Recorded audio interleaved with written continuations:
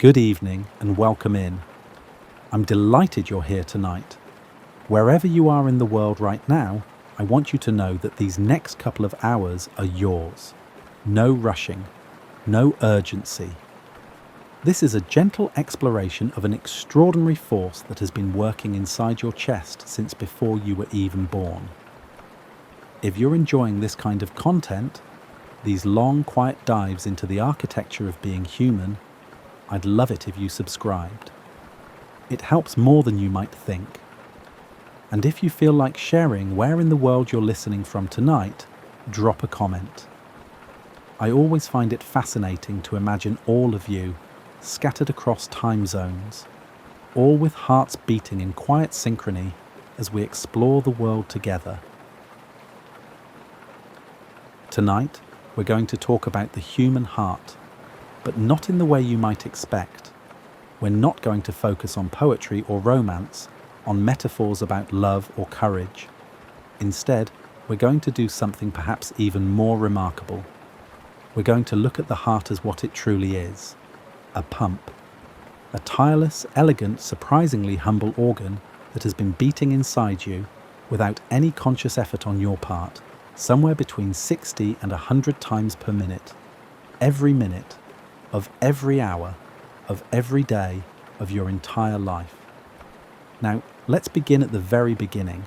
Let's start with the simple, almost boring truth about what your heart actually is. Your heart is a muscle. That's it, really.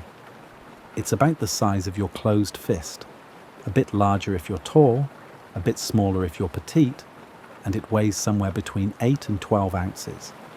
Less than a can of soup. It sits slightly left of center in your chest, tucked between your lungs, behind your sternum, in a space called the mediastinum. If you were to open a medical textbook and look at a diagram, you'd see it drawn with remarkable precision.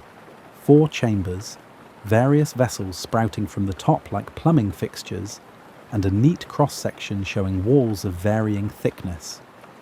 But here's what those diagrams never quite capture. Your heart is soft, warmer than you'd think, dark red, almost purple in places, and it moves.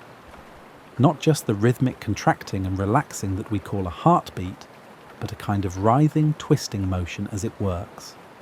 It's perpetually slick with a thin layer of fluid, housed in a protective sac called the pericardium, which keeps it from rubbing against your other organs as it does its endless work. Let me tell you what I find most remarkable about the heart, and it's something that won't sound remarkable at all at first. The heart is boring.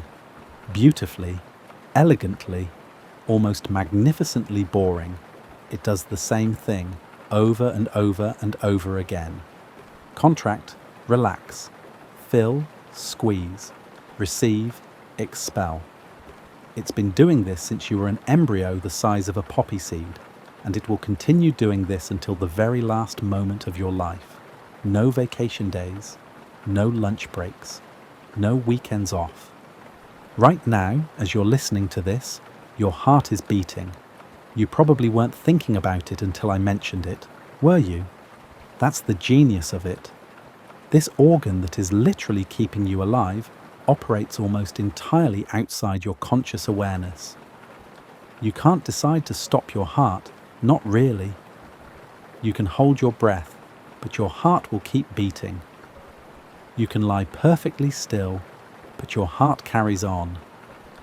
Even when you sleep, especially when you sleep, your heart is there, working in the darkness, moving blood through 96,000 kilometers of vessels, reaching every cell in your body.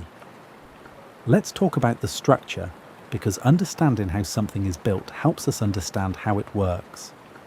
The heart has 4 chambers, but it's easier to think of it as 2 pumps side by side, each with 2 rooms. On the right side, you have the right atrium and the right ventricle. On the left side, the left atrium and the left ventricle. These 2 sides are separated by a wall called the septum, and under normal circumstances, blood never crosses from one side to the other. The right side of your heart is the side that deals with what we call deoxygenated blood. This is blood that has travelled through your body, delivered its oxygen to your tissues, and returned carrying carbon dioxide and other waste products. It's darker in colour, that deep burgundy red you see in medical shows. This blood arrives at the right atrium from two large veins, the superior vena cava, which brings blood from your upper body, and the inferior vena cava, which brings blood from your lower body. The right atrium is a receiving chamber. It's not particularly muscular. Its walls are thin, only about 2 millimeters thick, because it doesn't need to generate much pressure. It simply needs to collect the returning blood and pass it along to the right ventricle below it. Between these two chambers sits a valve, the tricuspid valve, so named because it has 3 cusps, or flaps. This valve opens when the atrium contracts, allowing blood to flow down into the ventricle, and then closes to prevent blood from washing back up. Now, the right ventricle is where things get more interesting. It's considerably more muscular than the atrium, with walls about 3 to 5 millimeters thick. Its job is to pump that deoxygenated blood out of the heart and into the lungs, where it will release carbon dioxide and pick up fresh oxygen. This journey to the lungs is relatively short, maybe 20 to 30 centimeters at most, so the right ventricle doesn't need to generate enormous pressure, just enough to push the blood through the pulmonary arteries and into the vast network of capillaries that surround your lungs' air sacs. The left side of your heart is where the real heavy lifting happens. After blood has been refreshed in the lungs, it returns to the heart through the pulmonary veins, usually 4 of them, and enters the left atrium. Again, this is a thin-walled receiving chamber collecting the bright red, oxygen-rich blood and preparing to pass it along. Between the left atrium and left ventricle sits another valve, the mitral valve, which has 2 cusps instead of 3. Sometimes called the bicuspid valve, it opens and closes with the same purpose. Forward flow only, no backwash. The left ventricle is the powerhouse. Its walls are thick, 10 to 15 millimeters of solid cardiac muscle, because this chamber has an enormous job. It needs to generate enough pressure to send blood to every part of your body, from the top of your head to the tips of your toes, up against gravity to your brain, down the length of your legs, through your kidneys, your liver, and your intestines, out to your skin, your bones, your fingernails, everywhere. When the left ventricle contracts, blood is forced out through the aortic valve and into the aorta, the largest artery in your body. The aorta arches up and over like a candy cane, then descends down through your chest and abdomen, branching again and again into smaller and smaller vessels until the blood reaches the microscopic capillaries where actual exchange happens. Oxygen and nutrients out, carbon dioxide and waste products in.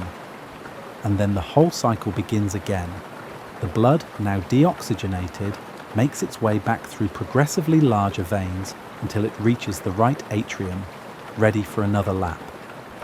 This happens about 70 times per minute when you're at rest, more when you're active. If you live to be 80 years old, your heart will have beaten approximately 3 billion times. 3 billion cycles of filling and squeezing, receiving and expelling. It's almost absurd when you think about it. Let's talk about the valves for a moment, because they're easy to overlook but absolutely essential. Your heart has 4 valves, the tricuspid, pulmonary, mitral, and aortic, and each one is a small masterpiece of engineering. They're made of thin, flexible tissue covered in endothelium, the same smooth lining that covers the inside of your blood vessels. When they're working properly, they're completely silent. You never hear them, you never feel them, but they're not passive. Each valve is connected to small muscular cords called chordae tendineae, literally heartstrings in Latin, which attach to papillary muscles in the ventricle walls. When the ventricles contract, These papillary muscles contract too, pulling on the chordae tendineae to prevent the valves from flipping backward like an umbrella in the wind. It's a beautifully choreographed movement, all happening in a fraction of a second. When valves malfunction, you hear it. A heart murmur is usually the sound of turbulent blood flow caused by a valve that doesn't close completely or doesn't open fully. Sometimes these murmurs are harmless, just small quirks in the plumbing. Other times they indicate problems that need attention. But the valve itself makes no sound when it's working correctly. Only when something goes wrong does it announce its presence. Now let's talk about what the heart is made of, because this is where things become genuinely fascinating. The heart wall has 3 layers. The outermost layer, the epicardium, is thin and delicate, essentially the inner layer of the pericardial sac. The middle layer, the myocardium, is where the muscle lives. Thick, strong, striated, cardiac muscle cells that are unlike any other muscle in your body. And the innermost layer, the endocardium, is that smooth endothelial lining I mentioned, creating a slick surface for blood to flow across. Cardiac muscle is strange and wonderful. Under a microscope, it looks somewhat like skeletal muscle, the kind in your arms and legs, with those same striations, those parallel bands of protein filaments that slide past each other to create contraction. But cardiac muscle cells are branched and interconnected in ways that skeletal muscle cells are not. They link together through structures called intercalated discs, which contain gap junctions, tiny channels that allow electrical signals to pass directly from one cell to another. This matters enormously. It means that cardiac muscle doesn't need to be told to contract by the nervous system the way your biceps does. Instead, cardiac muscle is inherently rhythmic. It generates its own electrical impulses, passes them from cell to cell through those gap junctions, and contracts as a coordinated unit. Your heart would beat even if you severed every nerve connecting it to your brain.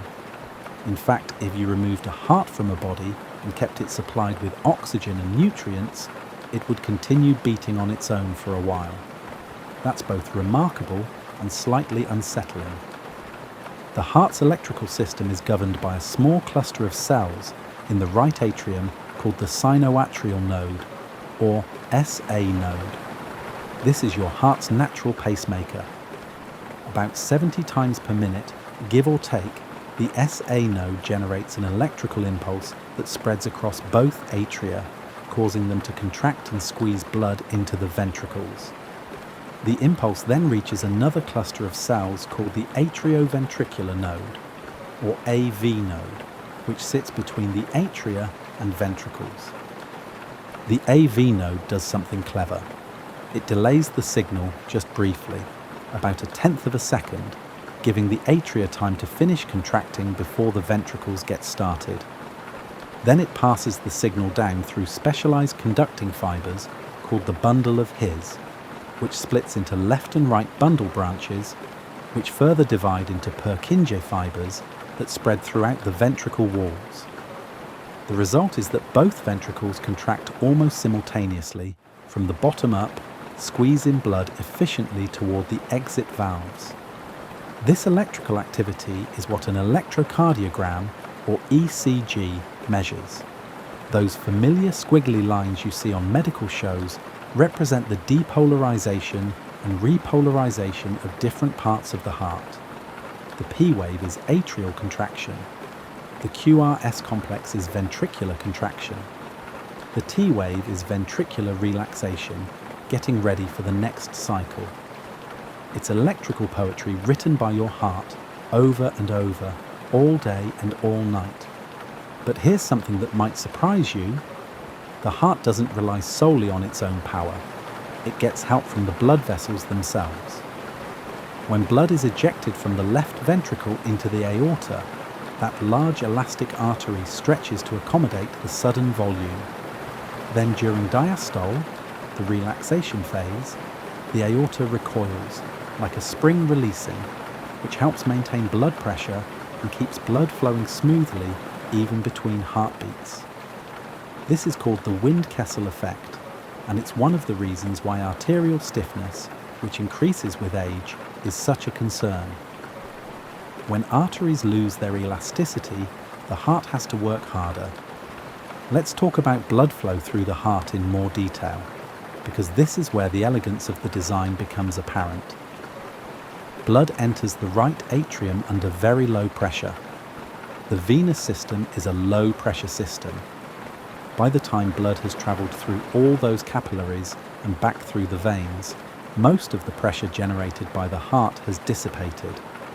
The blood sort of pools in the right atrium, waiting.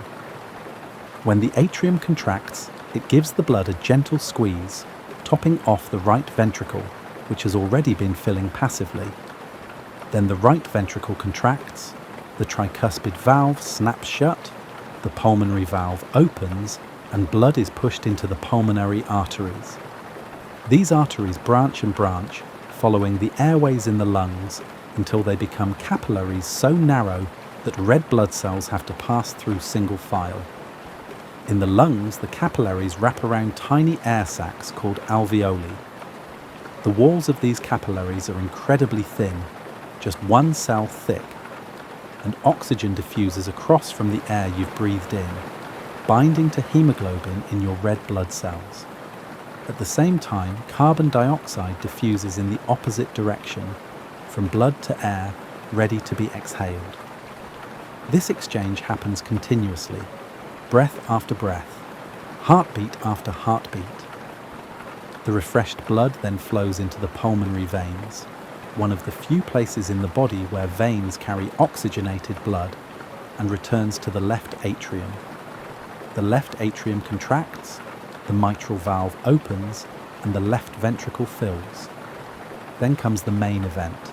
The left ventricle contracts, the mitral valve closes, the aortic valve opens, and blood is launched into the aorta with enough force to create a palpable pulse that you can feel in your wrist, your neck, your groin, or anywhere an artery runs close to the surface. The amount of blood your heart pumps is staggering. At rest, about 5 litres per minute. That's your entire blood volume circulating through your heart every minute. During exercise, this can increase to 25 or even 30 litres per minute in a well-trained athlete. Your heart is pumping more than 6,000 litres of blood every day. Over a year, that's more than 2 million litres. Over a lifetime, we're talking about hundreds of millions of litres, all moved by this fist-sized muscle without you ever having to think about it. The heart needs its own blood supply, of course. It would be rather useless to pump blood everywhere else, but starve itself. This is where the coronary arteries come in. The right and left coronary arteries branch off from the aorta just above the aortic valve, and they wrap around the surface of the heart like a crown, hence coronary, delivering oxygen-rich blood to the cardiac muscle itself. These coronary arteries are small but critical. The left main coronary artery splits into 2 major branches. The left anterior, descending artery, which runs down the front of the heart, and the circumflex artery, which wraps around to the back. The right coronary artery supplies the right side of the heart, and, in most people, the bottom portion of the left ventricle as well. When these arteries become blocked by atherosclerotic plaques, blood clots, or spasms, the result is a heart attack or myocardial infarction. Portions of the heart muscle, starved of oxygen, begin to die. The heart is one of the few organs that doesn't regenerate well after injury. Your liver can regrow, your skin heals, even your bones can mend, but cardiac muscle has very limited regenerative capacity. When heart muscle dies, it's typically replaced by scar tissue, tough fibrous material that doesn't contract. This is why heart attacks are so serious, and why prevention, through managing blood pressure, cholesterol, and other risk factors, is so important. Let me tell you something about the heart's metabolism, because it's quietly extraordinary. The heart is an endurance athlete. It never sprints. It never rests. It maintains a steady aerobic pace for your entire life. To do this, it burns an enormous amount of energy. The heart consumes more oxygen per gram of tissue than almost any other organ in your body. It's metabolically expensive. Cardiac muscle cells are packed with mitochondria, those tiny cellular power plants that convert nutrients into usable energy. In fact, mitochondria make up about a third of the volume of a cardiac muscle cell. Compare that to skeletal muscle, where mitochondria might be just a few percent. This is because the heart can't afford to build up lactic acid and fatigue the way your legs do after a long run. It needs to keep functioning efficiently and continuously. The heart is also remarkably adaptable. When you exercise regularly, your heart becomes more efficient. It enlarges slightly, a phenomenon called athletic heart syndrome, which is completely normal and healthy. The left ventricle wall thickens, the chambers expand, and the heart stroke volume increases. This means it can pump more blood with each beat, so it doesn't need to beat as frequently. This is why trained athletes often have resting heart rates in the 50s or even 40s. Their hearts are simply more efficient machines. Conversely, certain diseases can cause unhealthy enlargement. When blood pressure is chronically high, the left ventricle has to work harder to push blood into the aorta. Over time, the muscle thickens, a process called hypertrophy, but not in a good way. The ventricle becomes stiffer, less compliant, and eventually less effective at pumping. The heart is adapting to the demand placed on it, but the adaptation becomes maladaptive. Let's take a moment to think about the heart's position in your body, because this is something we rarely consider. Your heart is behind your sternum, angled and rotated so that it points slightly forward and to the left.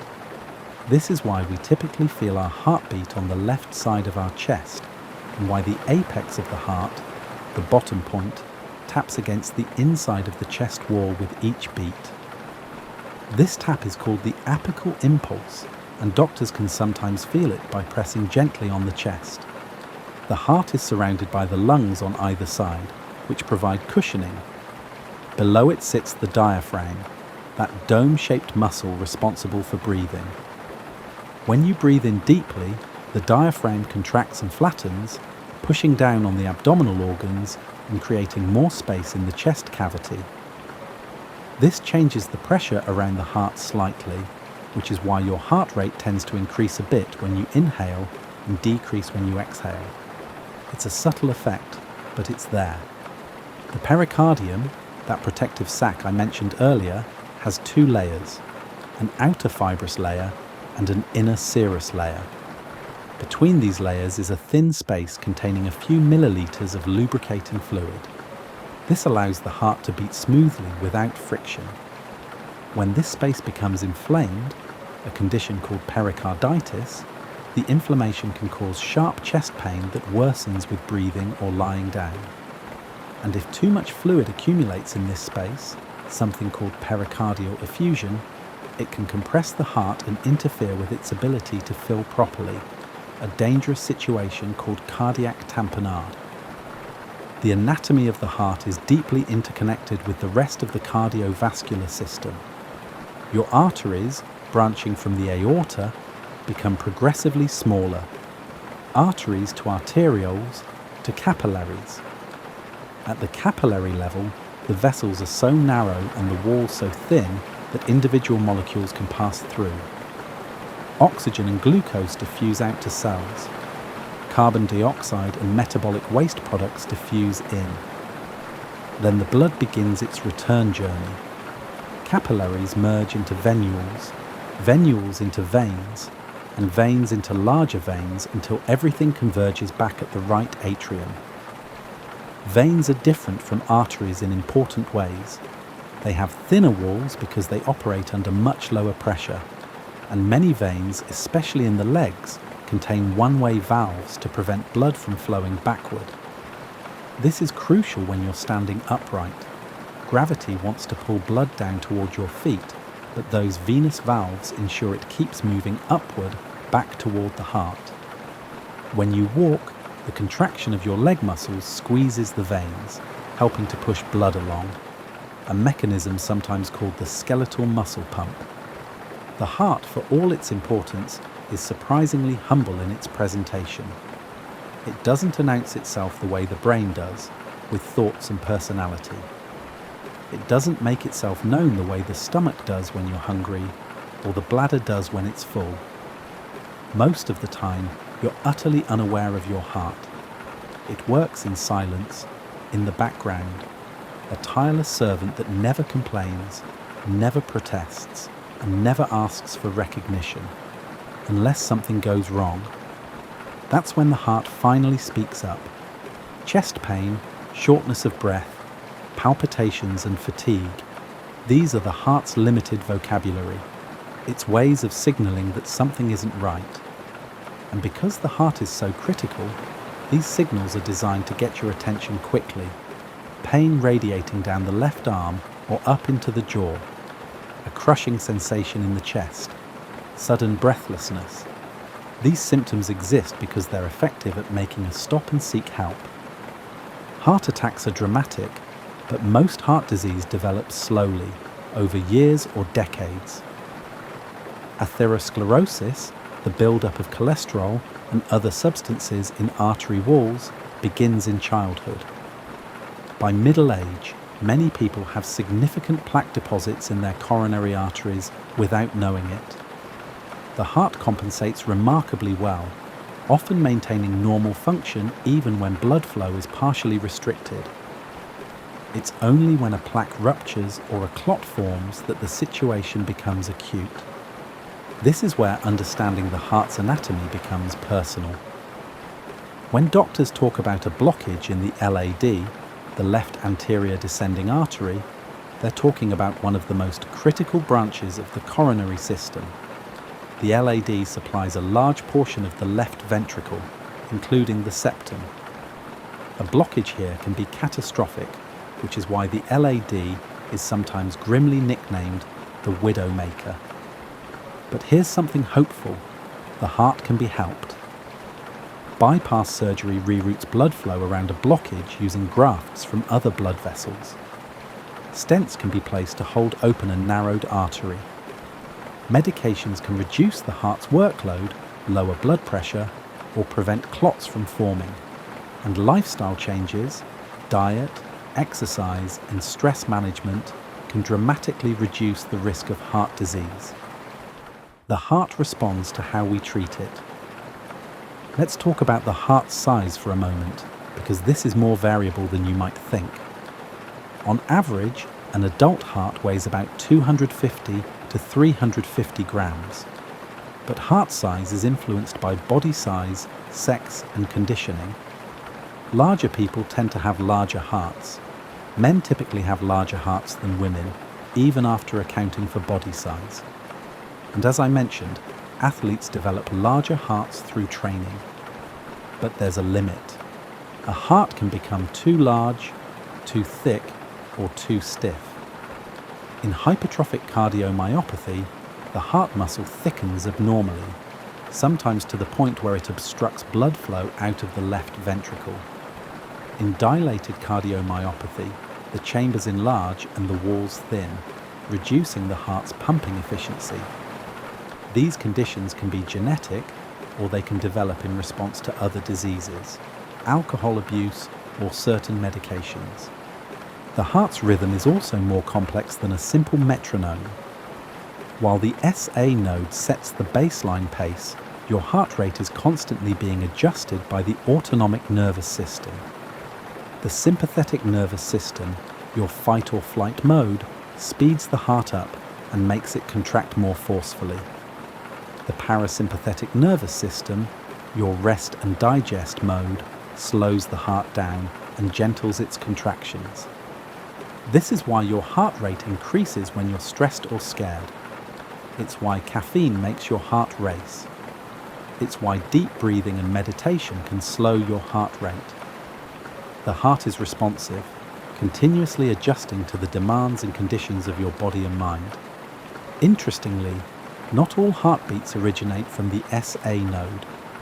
Sometimes other clusters of cells in the atria or even the ventricles can generate their own electrical impulses. These are called ectopic beats, and they're usually harmless.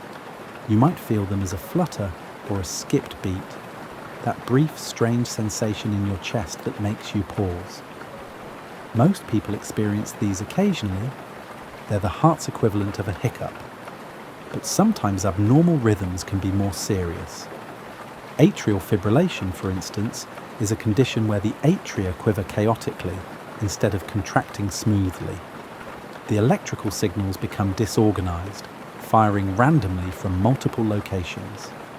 The ventricles try to keep up, but the result is an irregular, often rapid heartbeat. Blood doesn't flow efficiently out of the atria, which can lead to clot formation and increased risk of stroke. This is why atrial fibrillation is treated seriously, often with blood thinners and medications to control heart rate or restore normal rhythm. Ventricular arrhythmias are even more concerning. Ventricular tachycardia, a rapid rhythm originating in the ventricles, can quickly deteriorate into ventricular fibrillation, where the ventricles quiver uselessly instead of pumping. This is cardiac arrest. The heart is still showing electrical activity, but it's not moving blood. Without immediate intervention, CPR and defibrillation, death follows within minutes. Defibrillators work by delivering a large electrical shock to the heart, essentially resetting the electrical system. It's not about restarting the heart as movies often depict, but about stopping the chaotic, ineffective rhythm so the SA node can reassert control and restore normal coordinated contractions.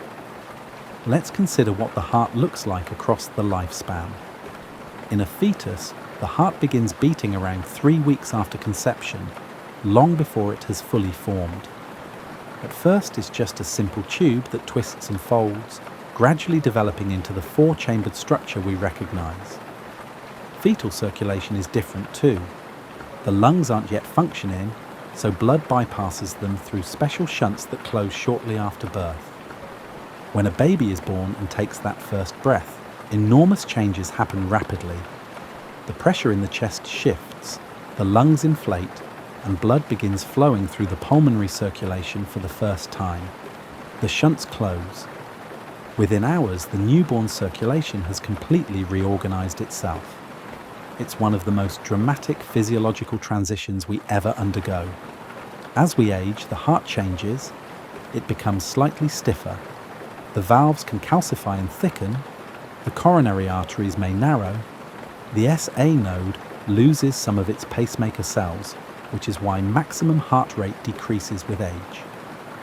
But a healthy heart can function remarkably well into old age. Centenarians have hearts that have beaten 3.5 billion times or more.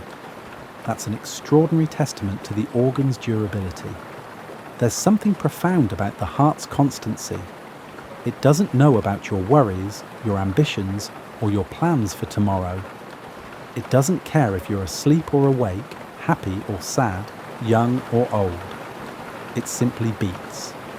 Filling and squeezing, receiving and expelling, moving blood through your body with mechanical persistence. And yet, despite its mechanical nature, the heart is deeply connected to our emotions and our sense of self.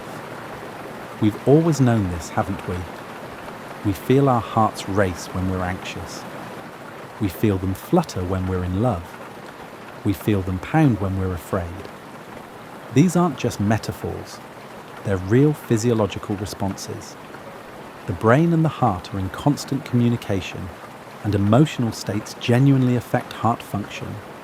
Stress, for instance, triggers the release of hormones like cortisol and adrenaline, which increase heart rate and blood pressure. Chronic stress keeps the heart working harder than it needs to, contributing to wear and tear. Conversely, positive emotions, joy, contentment, and connection seem to have protective effects. There's growing evidence that social isolation and loneliness are risk factors for heart disease, while strong relationships and community involvement are protective. The heart is also remarkably sensitive to the rest of the body's health. Diabetes damages blood vessels, including the coronary arteries. Kidney disease affects blood pressure and fluid balance, putting strain on the heart. Thyroid disorders can make the heart race or slow down. Inflammatory conditions can affect the pericardium or the heart valves.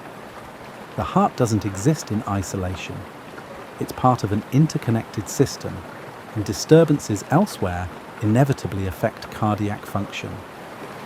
I find it fascinating that the heart generates its own magnetic field, measurable several feet away from the body. It's the strongest electromagnetic field produced by any organ. This field changes with each heartbeat, and some research suggests it may carry information about emotional states. Whether or not that's true, there's something poetic about the idea that our hearts broadcast their rhythms into the space around us.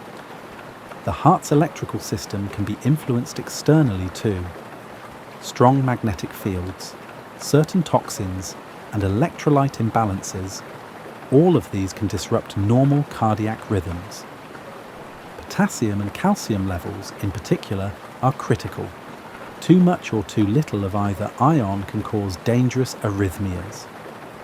This is why people with kidney disease, which affects electrolyte balance, need to be monitored carefully.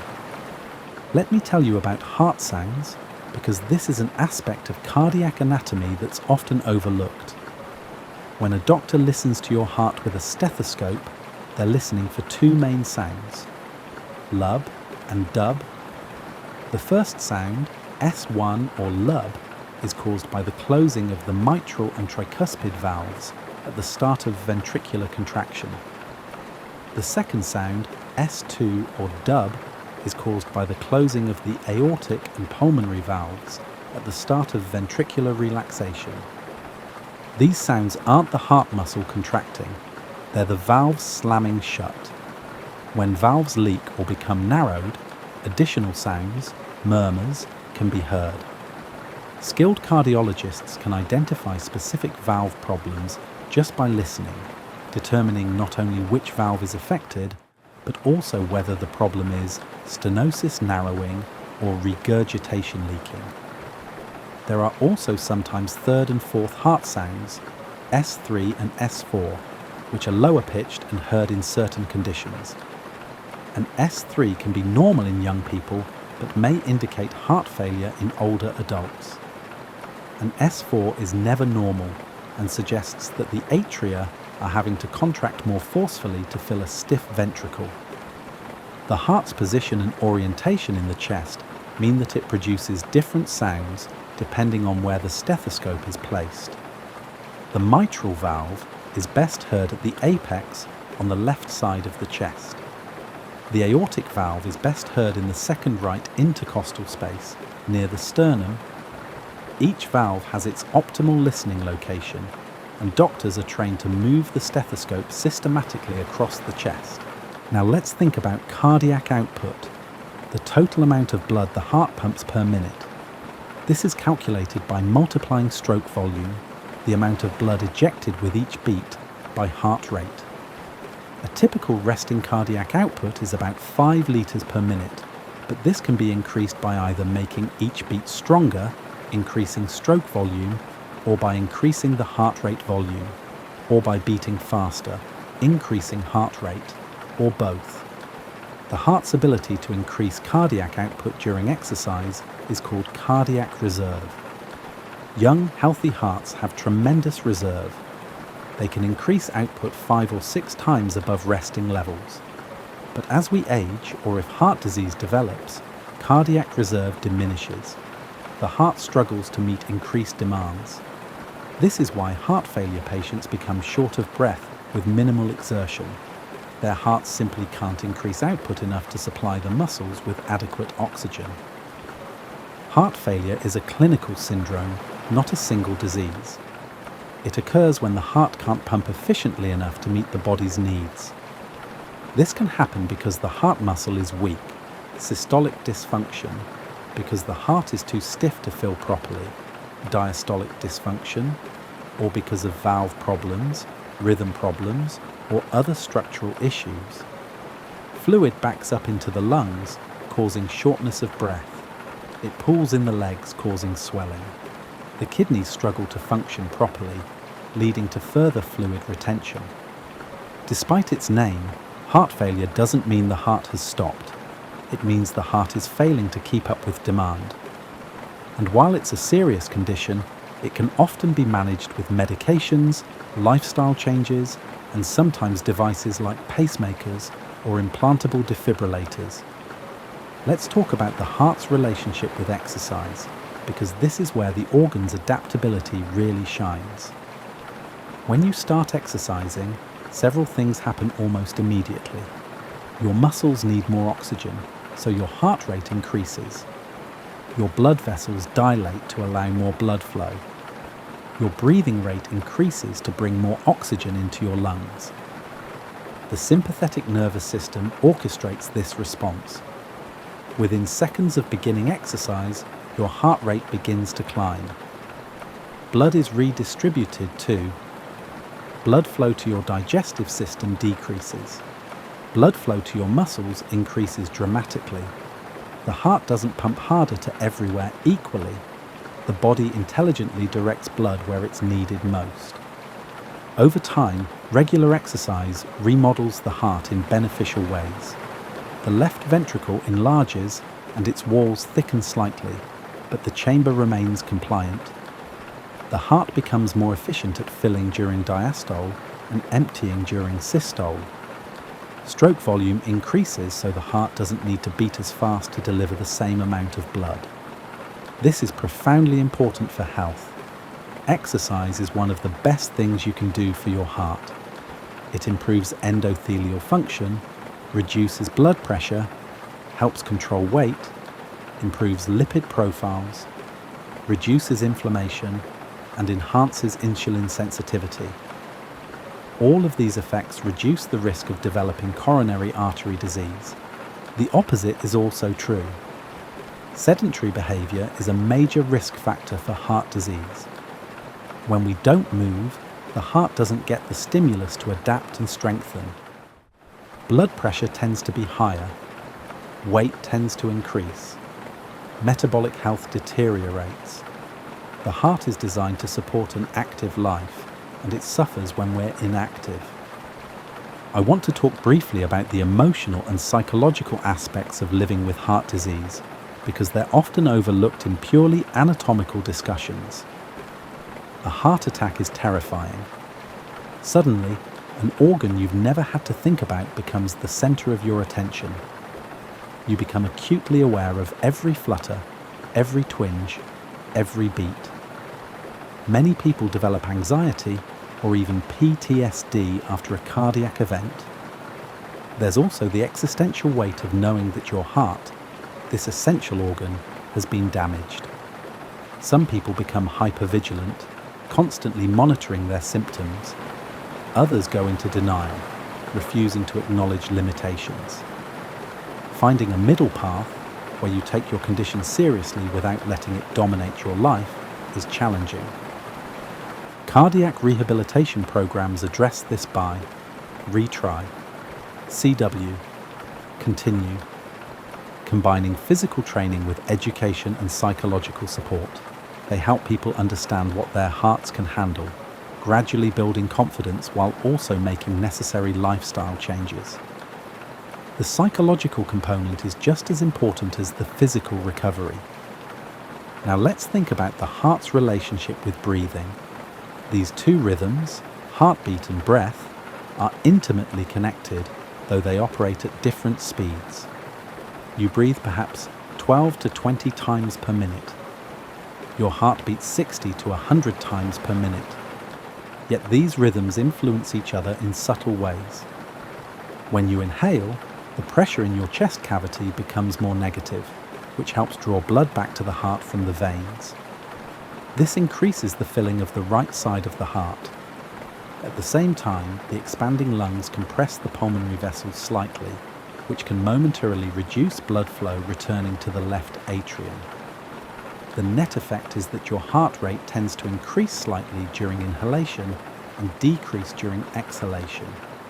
This is called respiratory sinus arrhythmia, and it's actually a sign of good cardiovascular health. It means your autonomic nervous system is working properly, fine-tuning your heart rate breath by breath. Deep, slow breathing can be used to calm the heart. When you breathe slowly and deliberately, the parasympathetic nervous system, the calming branch, becomes more active. Heart rate decreases. Blood pressure tends to drop. This is why breathing exercises are so effective for managing stress and anxiety. You're directly influencing your heart's rhythm through your breath. Let's consider the heart in extreme conditions, because this reveals just how adaptable this organ is. At high altitudes, where oxygen is scarce, the heart initially beats faster to compensate. But over days and weeks of acclimatization, other changes occur. Red blood cell production increases, allowing the blood to carry more oxygen. The heart doesn't have to work quite as hard. Mountain climbers who spend extended periods at altitude develop these adaptations, though the process takes time. In cold environments, blood vessels in the extremities constrict to preserve core body temperature. This increases the resistance the heart must pump against, raising blood pressure. This is why shoveling snow, combining physical exertion with cold exposure, can be dangerous for people with heart disease. The heart is suddenly facing increased demand and increased resistance simultaneously. In extreme heat, the body needs to dissipate heat through the skin, so blood flow to the skin increases. This can reduce blood pressure, and the heart must beat faster to maintain adequate circulation. Dehydration compounds the problem by reducing blood volume. This is why heat stroke affects the cardiovascular system so profoundly. The heart also responds to changes in posture. When you stand up quickly, gravity pulls blood toward your legs, momentarily reducing the amount of blood returning to the heart. If your cardiovascular system is healthy, it responds within seconds. Blood vessels constrict, heart rate increases, and blood pressure is maintained. But if these reflexes are impaired by certain medications, dehydration, or autonomic dysfunction, you might feel dizzy or even faint. This is called orthostatic hypotension. Athletes and dancers who train their balance and frequently change position develop particularly responsive cardiovascular reflexes. Their hearts and blood vessels adjust almost instantaneously to postural changes. It's another example of the body's remarkable ability to adapt. Let me tell you something about the heart's energy requirements that fascinates me. The heart receives only about 5% of the cardiac output, the blood it itself is pumping, through the coronary arteries. Yet this 5% is absolutely essential. The heart cannot store energy the way muscles can. It cannot rest even briefly. It must be constantly supplied with oxygen and nutrients, beat after beat, without pause. This is why coronary artery disease is so devastating. When those small arteries narrow, the heart muscle is literally being starved. Often the first symptom is angina, chest pain or discomfort that occurs during exertion when the heart's oxygen demand increases but cannot be met because of the blocked arteries. The pain typically subsides with rest when demand decreases. But if a complete blockage occurs, the result is a heart attack and time becomes critical.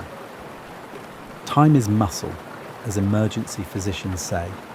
The longer the heart muscle is deprived of oxygen, the more tissue dies. Modern treatments for heart attacks have improved dramatically. If a patient reaches the hospital quickly, a blocked artery can often be opened with angioplasty, a procedure where a catheter with a balloon is threaded through the blood vessels to the blockage. The balloon is inflated to compress the plaque, and often a stent is placed to keep the artery open. This can be done within an hour of arrival in many hospitals. dramatically reducing the amount of heart muscle damage. But prevention remains the best strategy. The risk factors for coronary artery disease are well known: smoking, high blood pressure, high cholesterol, diabetes, obesity, sedentary lifestyle, poor diet, chronic stress, and family history. Some of these you cannot change, others you absolutely can. The heart responds to how you live your life, day after day, year after year. Let's talk about the heart's regenerative capacity, or rather, its lack thereof. For decades, it was believed that cardiac muscle cells, cardiomyocytes, could not divide or regenerate at all in adults. The heart you were born with was the heart you'd die with, minus whatever damage accumulated along the way. Recent research has complicated this picture. It turns out that cardiomyocytes can divide, but at an extremely slow rate, perhaps 1% per year in young adults, declining to less than 0.5% per year by age 75. This means the heart has some regenerative capacity, but it's woefully inadequate to repair significant damage like that caused by a heart attack.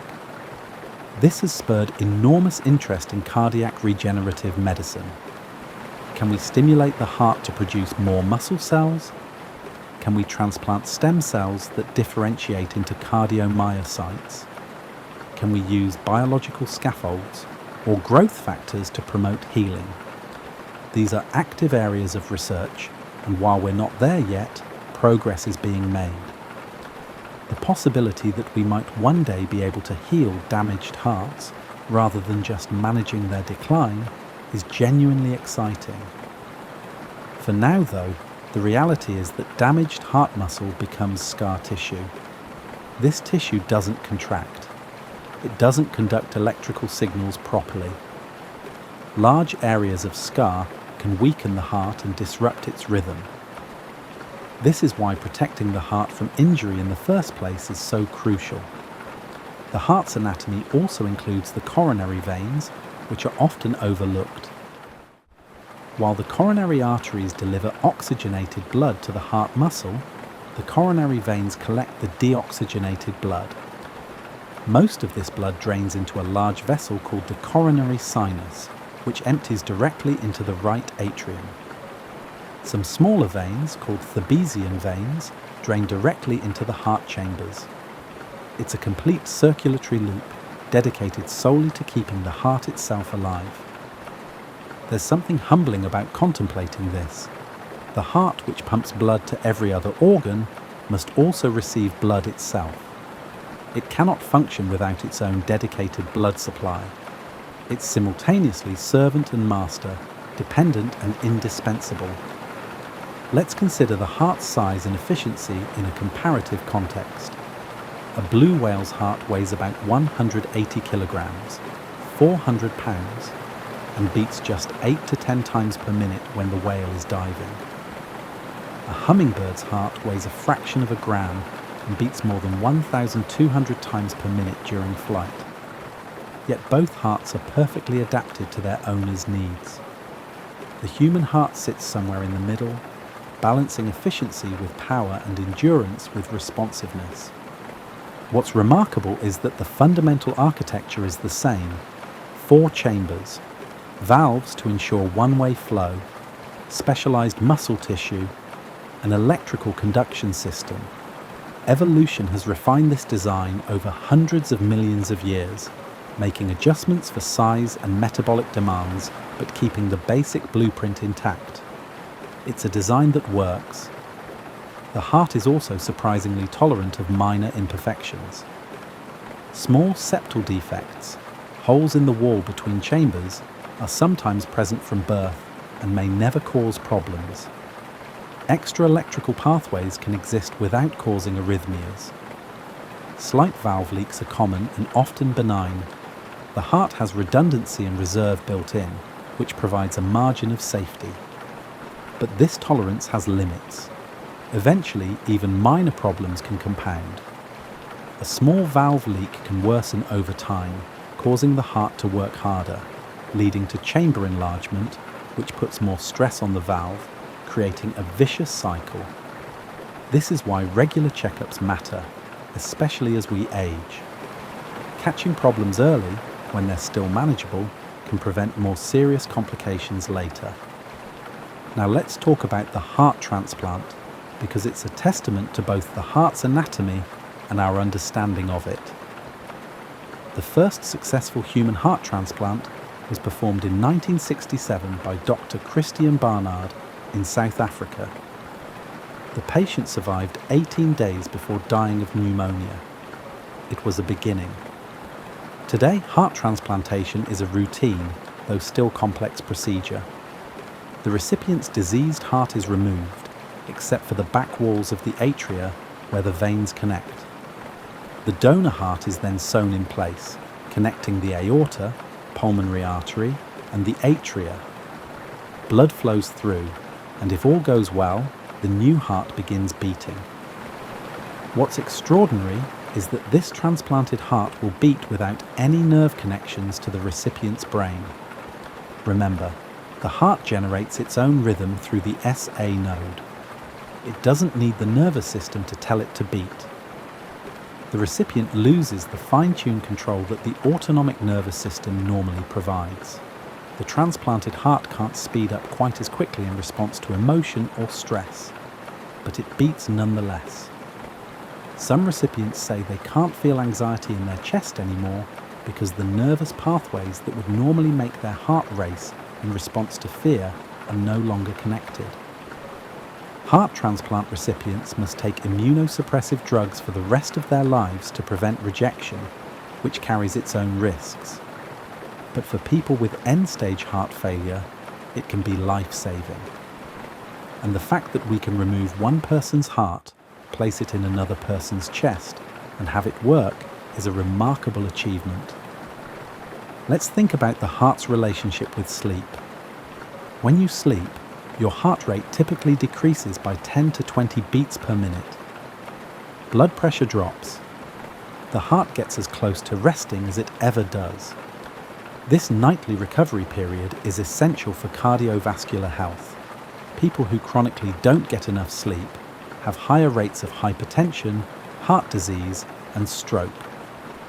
Sleep apnea, a condition where breathing repeatedly stops and starts during sleep, is particularly hard on the heart.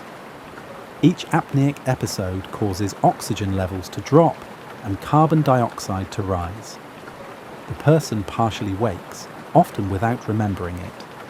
The sympathetic nervous system activates, heart rate and blood pressure spike, and then the cycle repeats. Over time, this places enormous strain on the cardiovascular system.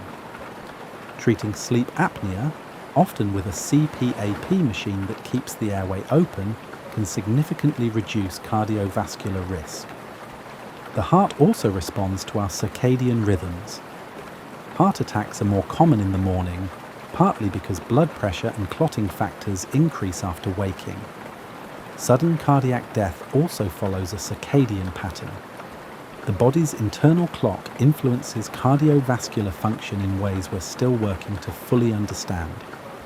Let me share something about the heart's appearance that isn't often discussed. In textbooks, the heart is usually shown clean and idealized, but a real heart, especially in an older adult, is covered in a layer of yellow fat. The coronary arteries are partially embedded in this epicardial fat.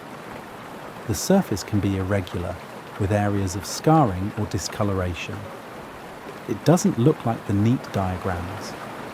It looks like an organ that has been working for decades, bearing the marks of its labor. This adipose tissue isn't just passive storage. Epicardial fat is metabolically active and can influence the underlying heart muscle. Excessive epicardial fat is associated with increased risk of coronary artery disease and atrial fibrillation. It's another way that overall body weight and metabolic health affect the heart. The heart's weight also changes throughout life. It's proportionally larger in infants and decreases relative to body size as we grow. In middle age, it may increase slightly again, particularly if blood pressure rises or if we gain weight. Very old hearts sometimes atrophy slightly as muscle mass is lost. The heart is not static, it's constantly remodeling in response to the demands placed upon it. Let's consider the heart's relationship with other organs. The kidneys, for instance, are intimately connected with cardiac function. The kidneys regulate blood volume and blood pressure through their control of salt and water balance. When the heart weakens and cardiac output decreases, the kidneys sense reduced blood flow and try to compensate by retaining salt and water. This increases blood volume, which should theoretically increase cardiac output. But if the heart is already failing, the extra volume just causes more congestion and swelling. It's a well-intentioned response that backfires. This cardio-renal interaction works both ways. Kidney disease causes hypertension and fluid retention, stressing the heart. Heart failure reduces kidney function. Often both organs decline together in a phenomenon called cardio-renal syndrome. Treating one requires considering the other. The liver too is affected by heart function. In right-sided heart failure, blood backs up into the veins that drain into the right atrium, including the hepatic veins from the liver. The liver becomes congested and enlarged, unable to drain properly. Over time, this can lead to liver damage and scarring, cardiac cirrhosis. The heart's failure ripples outward, affecting distant organs. Even the gut is influenced by cardiac function. Reduced cardiac output means reduced blood flow to the intestines, which can impair digestion and absorption. Some heart failure patients develop cardiac cachexia, severe weight loss and muscle wasting, partly because their compromised circulation affects to obtain nutrients from food. The heart sits at the center of a web of interconnections. No organ functions in isolation. This is why treating heart disease requires a holistic approach, considering the whole person, not just the cardiovascular system. Let me tell you about the heart's electrical remodeling, because this is a process that occurs constantly, often without our awareness. The heart's electrical properties adapt to changing conditions. If you develop atrial fibrillation, for instance, the abnormal electrical activity causes changes in the atrial cells themselves. Ion channels, the proteins that control the flow of charged particles in and out of cells, become altered. The atria become electrically remodeled in ways that make it easier for atrial fibrillation to persist. This is why it's often said that AFib begets AFib. The longer the abnormal rhythm continues, the harder it becomes to restore normal rhythm. But electrical remodeling can also work in reverse. When normal rhythm is restored and maintained, the atria can gradually remodel back toward normal electrical properties. The heart is plastic, changeable, and responsive. Similarly, the ventricles can undergo electrical remodeling after a heart attack. The scar tissue doesn't conduct electricity normally, which can create areas of slow conduction or blocked conduction. This can set up conditions for re-entrant arrhythmias, where electrical signals circle around the scar, creating dangerous rapid rhythms. This is one reason why patients who've had heart attacks are at increased risk for sudden cardiac death, sometimes years after the initial event. As we move toward closing, I want to reflect on what it means to have a heart, not metaphorically, but literally. You carry within you this fist-sized organ that has been beating since before you were born, before you had thoughts or memories or any sense of self. Your heart was there first, working in the darkness, preparing your body for life. And it will be there until the end, beating its steady rhythm through every experience, every emotion, every success and failure, and every joy and sorrow. Your heart doesn't judge, it doesn't pause in disappointment or accelerate in pride. Well, not without appropriate physiological signals anyway. It simply continues, fulfilling its function with mechanical persistence. There's something both humbling and profound about this. We spend so much time focused on our minds, our thoughts, and our consciousness. But beneath it all, sustaining everything, is this tireless muscle, moving blood, delivering oxygen, removing waste, and keeping the whole complex system alive. Without it, consciousness itself would not be possible. The heart asks very little of us. It wants an adequate blood supply through the coronary arteries. It wants reasonable blood pressure, not too high, not too low. It wants blood that flows smoothly, neither too thick nor too thin. It wants a steady supply of oxygen, nutrients, and the right balance of electrolytes. Given these modest requirements, it will work faithfully for decades. What damages the heart is chronic excess and deprivation. Too much pressure, too much sugar, too much cholesterol, too much stress, too little movement, too little rest, too little attention to warning signs. The heart is remarkably forgiving, but it's not invincible. The choices we make, what we eat, how we move, how we manage stress, whether we smoke, how much we sleep, accumulate over time, either supporting cardiac health or undermining it. But even damaged hearts can often be helped. Weight loss, if needed, reduces the workload. Exercise strengthens the muscle and improves efficiency. Blood pressure control prevents harmful remodeling. Medications can support function, control rhythm, and prevent clots. The heart responds to positive changes, sometimes remarkably so. I think there's something hopeful in this. The heart is not a fixed entity, doomed or blessed by genetics alone. It's a living, responsive organ that adapts to how we treat it. We have more influence over our cardiac health than we sometimes realize. Not complete control, some things are beyond our influence, but meaningful agency nonetheless.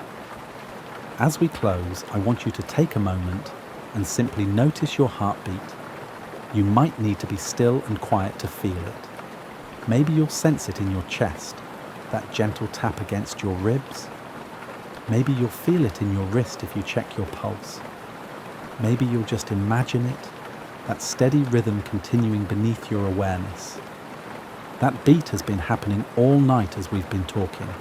It's happened through every word, every paragraph, every idea we've explored together. And it will continue after you finish listening, as you drift towards sleep, as your breathing slows and your muscles relax. Your heart will keep working through the night, moving blood, sustaining life, and asking nothing in return. In about 70 years of life, your heart will beat approximately 2.5 billion times. Each beat moves about 70 milliliters of blood. Over a lifetime, that's hundreds of millions of liters. It's almost incomprehensible. This organ, smaller than your fist, moves an ocean of blood through your vessels, reaching every cell, sustaining every thought, and powering every movement. The heart is not romantic. It doesn't understand poetry or appreciate irony. It doesn't care about your dreams or your regrets. It's a pump, mechanical and precise, operating according to the laws of physiology and physics. And yet somehow, this makes it even more worthy of wonder. Because this pump, this bundle of specialized muscle cells, electrical conduction pathways, valves and chambers, arteries and veins, makes everything else possible. Every conversation, every connection, every moment of consciousness depends on this tireless organ continuing its work. The heart is the quiet foundation beneath the noise of living. So tonight, as you rest, carry this awareness with you. Your heart is working for you right now. It has always worked for you. It will continue working for you, asking only that you treat it with a modicum of care and attention. Listen to it when it signals distress. Support it with movement and nourishment. Give it the rest it needs. The human heart is not particularly glamorous. It doesn't have the complexity of the brain or the elegance of the eye. It's just a pump, built of meat and electricity, bound by the limitations of biology. But it's your pump, and it's keeping you alive right now, in this moment, and in every moment to come. That's the boring anatomy of the human heart, beautiful in its simplicity, powerful in its persistence, essential beyond measure. May yours beat strong and steady for many years to come. Thank you for spending this time with me tonight. Rest well. We're starting a very personal journey of discovery. Sleep pharmacology isn't just about drugs and pills. It's also about figuring out how chemistry and consciousness, molecules and dreams work together. We'll learn how a small pill can talk to your brain, how your liver becomes a master chemist at night, and how your body changes things that aren't yours into ways to get some sleep. Picture, if you will, that your body is an old city at dusk. The streets are like your blood vessels, moving people and messages to every corner. The buildings are like your organs, each with its own job and rhythm. There are billions of people in the world, and they all have their own part to play in the grand symphony of life. And a visitor comes to this city with a promise of sleep. It could be a small blue pill or a clear liquid. What happens next is nothing short of amazing. A story of molecular recognition, chemical change, and biological knowledge that has been honed over millions of years. You start your journey the moment you put that medicine on your tongue. People don't often talk about how drugs work in the mouth, but it's actually the first place our bodies check for drugs. There are tiny blood vessels, called capillaries, that run through the warm, moist area under your tongue. These capillaries are so fine that they look like silk threads woven just below the surface. Scientists call these vessels the sublingual route, which means under the tongue. They offer something very special. Some drugs, especially those that are meant to work quickly, can go right through this thin membrane and into your bloodstream without having to go through your digestive system first. It's a fast track, a VIP entrance to your circulation that can get medicine to your brain in just a few minutes, instead of the hour or more it might take through the stomach. The tissue here is very permeable, which helps us taste and judge food. Now, it also acts as a gateway for medicine. Your saliva is also very important in this first act. This clear fluid comes from 3 pairs of major salivary glands that are hidden around your jaw. It's not just water with some minerals in it. It's a complicated mix of enzymes, proteins, and electrolytes that are all carefully balanced to start the digestion process. These enzymes start working right away when a drug dissolves in your saliva. They can either activate the drug or start breaking it down. The pH level of your saliva, whether it's slightly acidic or alkaline, can affect how quickly some medicines dissolve and are ready to be absorbed. But most sleep medications take the long way around, going down your esophagus in a way that is more complicated than it seems at first. Your esophagus isn't just a tube, it's a muscular tube that moves food and medicine down by using coordinated contractions called peristalsis. These wave-like movements happen automatically and without you having to think about them. They make sure that your medicine gets to your stomach quickly, even if you take it while lying down. The environment in your esophagus can change how well medications are absorbed in small ways. The temperature here is very close to your core body temperature, which is about 98.6 degrees Fahrenheit. This affects how quickly solid medications start to dissolve. Most of the time, liquids only take a few seconds to get through, and pills take 10 to 15 seconds. This means that most of the absorption here is very low, but it's not zero. Some medicines can start to enter your bloodstream even during this short passage. The real change starts when the food gets to your stomach. Your stomach isn't just a simple container, it's a complex chemical lab. It's a muscular sac lined with specialized cells that have evolved to break down everything from tough plant fibers to complex proteins. The stomach juices here are a great example of biological engineering. They have hydrochloric acid that is strong enough to break down metal, but they are carefully buffered and controlled so that they don't hurt your own tissues.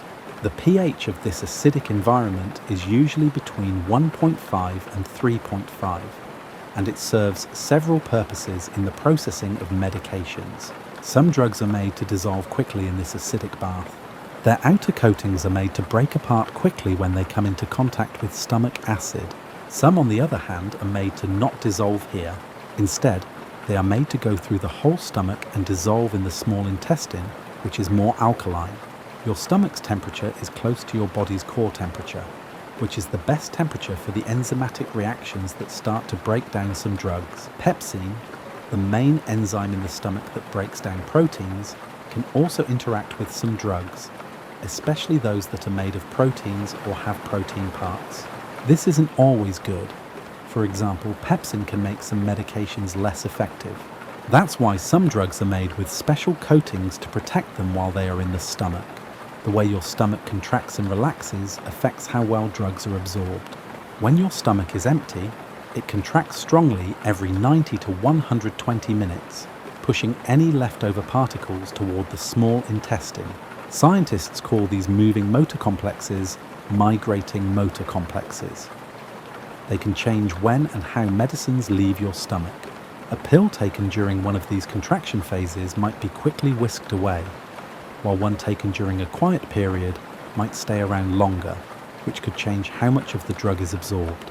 When you have food in your stomach, the way drugs work is completely different. A meal, especially one with a lot of fat, can make your stomach empty much more slowly, keeping medicines in your stomach for hours instead of minutes. Some drugs, like those that irritate the stomach lining, can benefit from this delay, but for others, like those that need to get to the small intestine quickly to be absorbed properly, it can be a problem.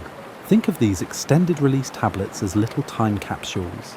They are amazing pieces of pharmaceutical engineering that are the result of decades of research into how to control drug delivery. Engineers have made them with layers that dissolve at different rates, like an onion made of medicine, but this simple comparison doesn't do them justice.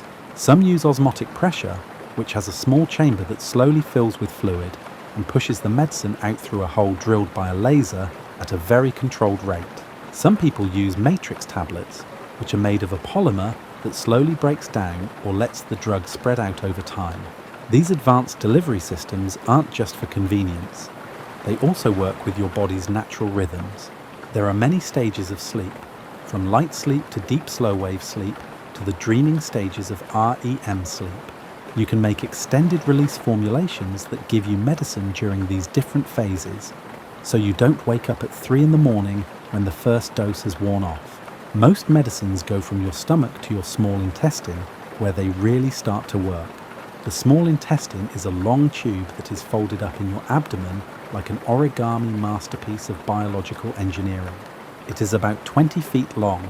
More importantly for drug absorption, the inside of your stomach is covered in millions of tiny finger-like projections called villi. Each villus has even smaller projections called microvilli on top of it. This makes a surface area about the size of a tennis court, all in the small space of your abdominal cavity. Most drugs move from the outside world into your internal circulation through this huge area of absorptive surface. There is nothing random or haphazard about the process. It follows complex biological rules that have been honed over millions of years of evolution. There are special transporters in your intestinal cells that act like tiny molecular doormen. They only let certain things through and keep others out. There are different types of these transporters, and each one has its own strengths. Some are passive, which means that molecules can move down concentration gradients like water flowing downhill. Some, on the other hand, are active and use cellular energy to move molecules across the intestinal barrier, even against concentration gradients, like a molecular escalator moving things up. Some of them help by speeding up the movement of certain molecules that would otherwise move slowly on their own. Our story needs to talk about the P-glycoprotein transporter. This amazing protein works like a biological bouncer, pushing some drugs out of intestinal cells and back into the intestinal lumen, which lowers their absorption. It has been around for a long time and has changed over time to protect us from plant toxins and other harmful things we might eat. But in today's world of drugs, it can sometimes work against us, making helpful drugs less effective. The different parts of your small intestine absorb things in different ways. The duodenum, which is the first part of the small intestine after the stomach, is where most of the iron and calcium are absorbed. It also helps with drug absorption, especially for drugs that are acidic. The jejunum, which is in the middle, is where most of the nutrients and many of the medicines are absorbed. The ileum is the last part of the small intestine.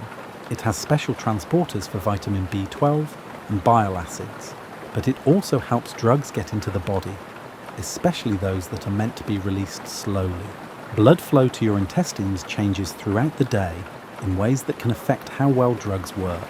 After you eat, blood flow to the intestines increases a lot to help the body absorb nutrients. This improved blood flow may also help the body absorb medicines better, which could make them work better when taken with food. On the other hand, when you're under a lot of stress or doing a lot of physical activity, blood flow to the intestines slows down because your body sends blood to muscles and vital organs instead. This could make drugs less effective. As you move from the duodenum to the ileum, the pH of your intestines changes slowly from slightly acidic to more alkaline. This change in pH affects where different medicines can be absorbed. The lower small intestine is more alkaline, which makes it easier for basic drugs to get into the body. The duodenum, on the other hand, is more acidic, which makes it easier for acidic drugs to get into the body. When pharmaceutical chemists make drug formulations, they use these differences to their advantage. For example, they might make enteric coatings that only dissolve at certain pH ranges. Once medicines pass through the wall of the intestines, they don't go right into your bloodstream. First, they have to go through the portal circulation, which is a special blood vessel system that moves blood from the intestines straight to the liver. This portal system checks the quality of the substances that your gut absorbs and makes sure that the liver processes them before they can get to the rest of your body. First-pass metabolism is the first time a drug goes through the liver. It can have a big effect on how much of the active drug gets into your bloodstream. During this first encounter with the liver, some drugs are broken down so much that only a small amount of the original compound is left to have therapeutic effects. This is why some drugs that work well when injected don't work when you take them by mouth. They get broken down in the liver the first time they go through it. The liver, which is about 3 pounds and sits under your right ribs, quietly plays the role of the main pharmacist in your body's drug drama. This amazing organ is made up of functional units called lobules. Each lobule is a hexagonal arrangement of liver cells called hepatocytes. The liver is where most drugs are broken down in the body because it has the most drug metabolizing enzymes. Our story should give special attention to the cytochrome P450 enzyme system. The names of these enzymes, like CYP3A4, CYP2D6, and CYP1A2, sound technical, but they are the molecular machinery that breaks down most of the drugs we take. These enzymes can do amazing things to chemicals, like adding oxygen atoms, taking away chemical groups, or breaking up big molecules into smaller pieces. It's interesting that these enzymes didn't evolve to break down modern drugs. Over millions of years, they evolved to help our ancestors get rid of plant compounds, environmental toxins, and other things that weren't from their own bodies. It's a happy coincidence that they can effectively process modern synthetic drugs. This may also show that all organic chemistry is basically the same, whether it happens in plants, labs, or living things. Your liver doesn't work at the same speed all day. It follows circadian rhythms, which are internal clocks that sync up biological processes with the cycle of day and night. This is true for almost every organ in your body. Drug metabolizing enzymes work differently at different times of the day. They are usually most active during the day, when we are most likely to be eating and coming into contact with new substances, and less active at night, when we are sleeping and fasting. This change in liver function over the course of a day is why taking the same dose of a sleep aid at different times might have slightly different effects. Your liver's internal biological clock may process a dose taken at 10 p.m. differently than one taken at midnight. This is not only because of when you go to sleep. In the field of chronopharmacology, which studies how biological timing affects drug action, it is becoming more and more important to understand these rhythms. The liver's processing of drugs does more than just get rid of them. The liver can change a prodrug, which is an inactive form of a drug, into its active form. These prodrugs are like Trojan horses for drugs. They are inactive compounds that the liver changes into their active forms only after they have been absorbed and processed. This method can help drugs get into the body better, lower the risk of side effects, or give you more control over when and where a drug becomes active. Sometimes, the liver starts to get drugs ready for removal by adding chemical groups that make them easier for your kidneys to filter out of your body. This process, known as conjugation, adds small molecules like sulfate groups or glucuronic acid to the drug. This makes it easier for your kidneys to find and get rid of the drug. The fact that liver enzymes can be different from person to person makes our story about drugs even more complicated. Each of us gets a slightly different set of the genes that code for enzymes that break down drugs, and these genetic differences can have a big impact on how we react to drugs. Some people are genetically programmed to be extensive metabolizers, which means they break down certain drugs so quickly that normal doses don't have much of an effect on them. Some people are poor metabolizers, which means they don't have functional copies of important enzymes and process drugs so slowly that even small doses can have strong and long-lasting effects. This genetic lottery explains why both patients and healthcare providers sometimes have trouble with how medications work. The sleep aid that works perfectly for your friend might not work at all for you, or vice versa. This is not because your sleep problems are different, but because the enzymes that break down the medicine are different. After your liver processes them, medications travel through your bloodstream on a very advanced transportation network. Your blood isn't just a simple fluid. It's a complicated mix of water, proteins, electrolytes, and many other dissolved substances that are all carefully balanced to keep you alive. Blood has proteins that can bind to drugs, and albumin is one of the most important ones for drug transport. You can think of albumin as a taxi service for molecules. A lot of medicines, especially those that dissolve in fat, stick to albumin as they move through your blood. This binding has a number of important jobs. It stores medicine that can be released when needed, helps move medicine to tissues in your body, and stops your kidneys and liver from quickly getting rid of medicine. Drugs and albumin don't stay together forever.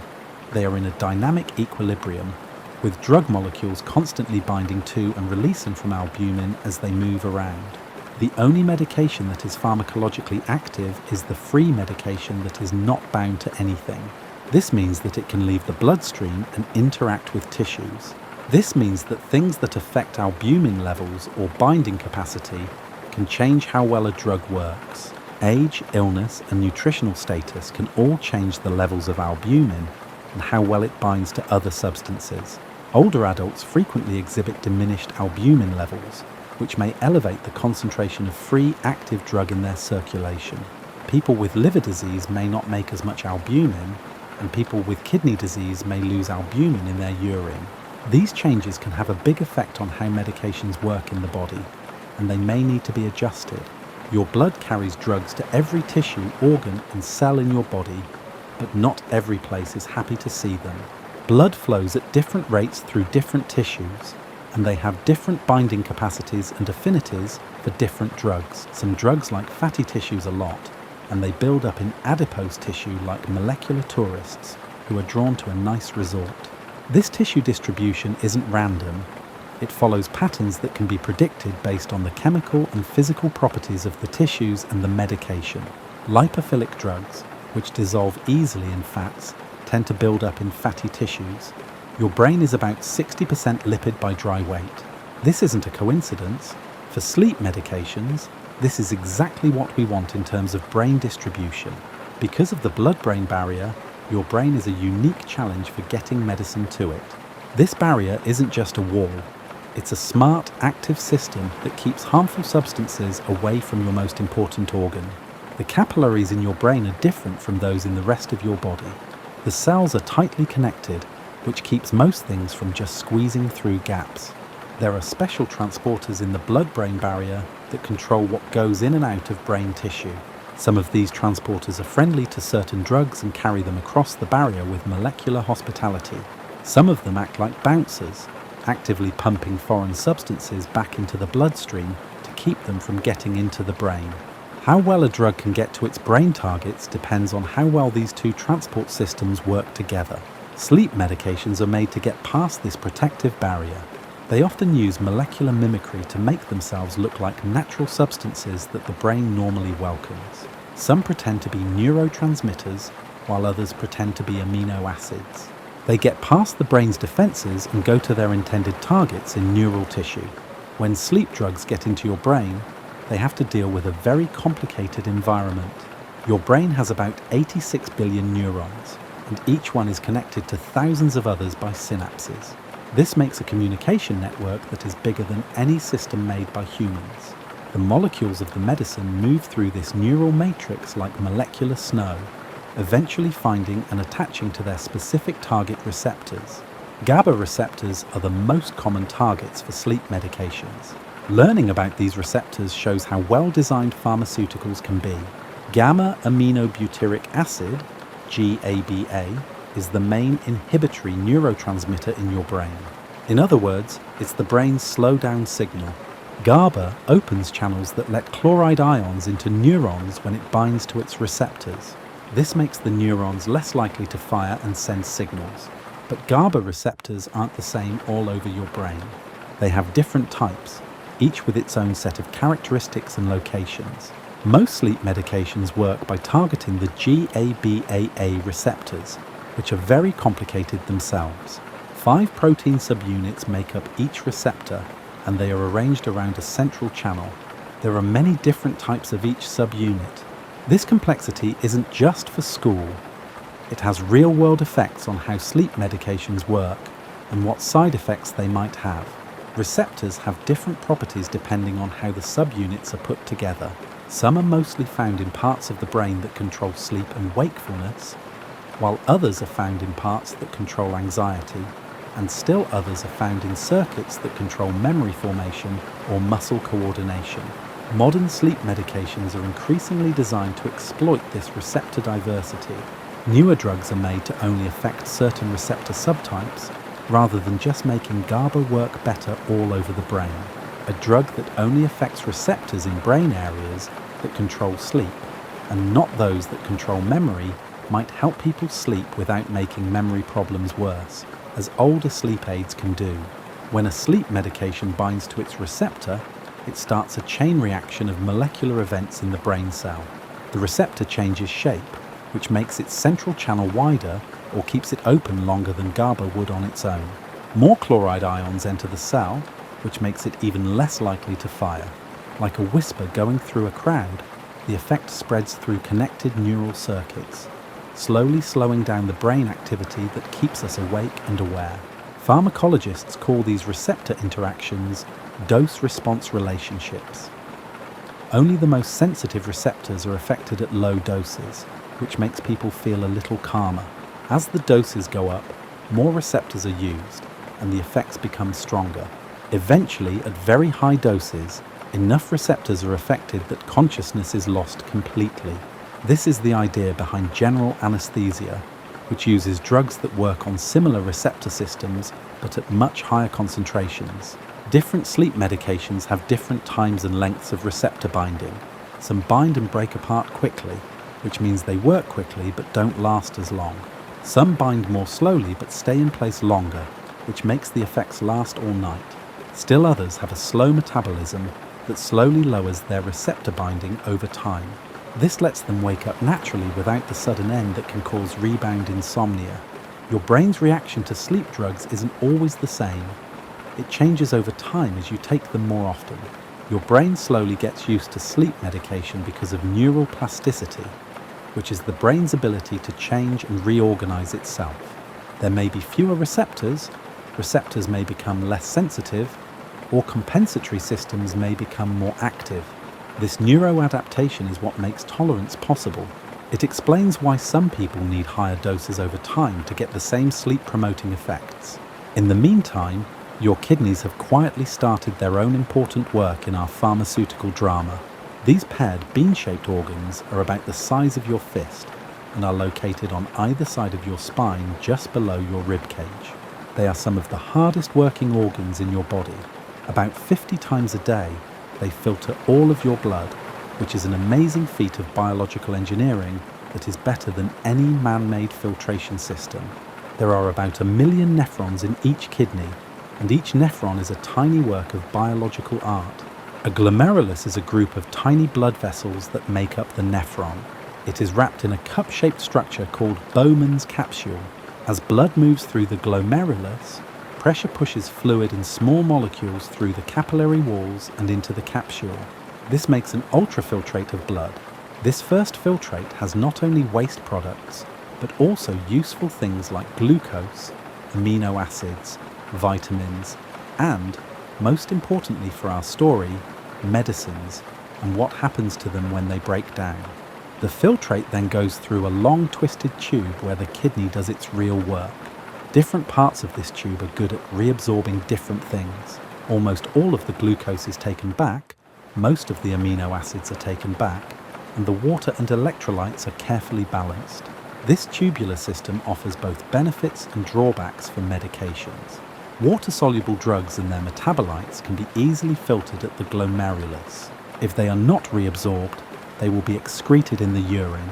Fat-soluble drugs, on the other hand, are more likely to be reabsorbed into the blood as the filtrate moves through the kidney tubules.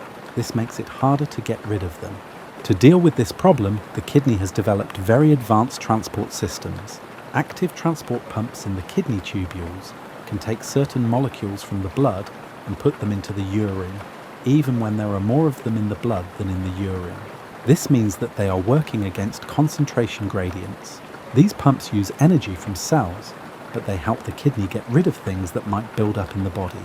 These transport systems work with different medications in different ways. Some are substrates, which means that the pumps move them and get rid of them faster than passive filtration alone would suggest.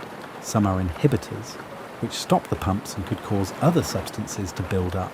Some are both substrates and inhibitors, which makes for complicated interactions that need to be thought about carefully when more than one medication is used together. Your urine's pH level is an interesting part of how drugs leave your body. Depending on what your body needs, your kidneys can change the pH of your urine from very acidic to moderately alkaline. This pH control has an effect on how well weak acids and weak bases are removed from the body. Basic drugs tend to get stuck and leave the body more easily in acidic urine, while acidic drugs are more likely to be reabsorbed. In alkaline urine, the opposite happens. This elimination that depends on pH can be important in a clinical setting. Your urine's pH can change because of changes in your diet, certain diseases, or other medications. This can change how quickly sleep medications leave your body. A diet high in protein tends to make urine more acidic, while a vegetarian diet tends to make it more alkaline.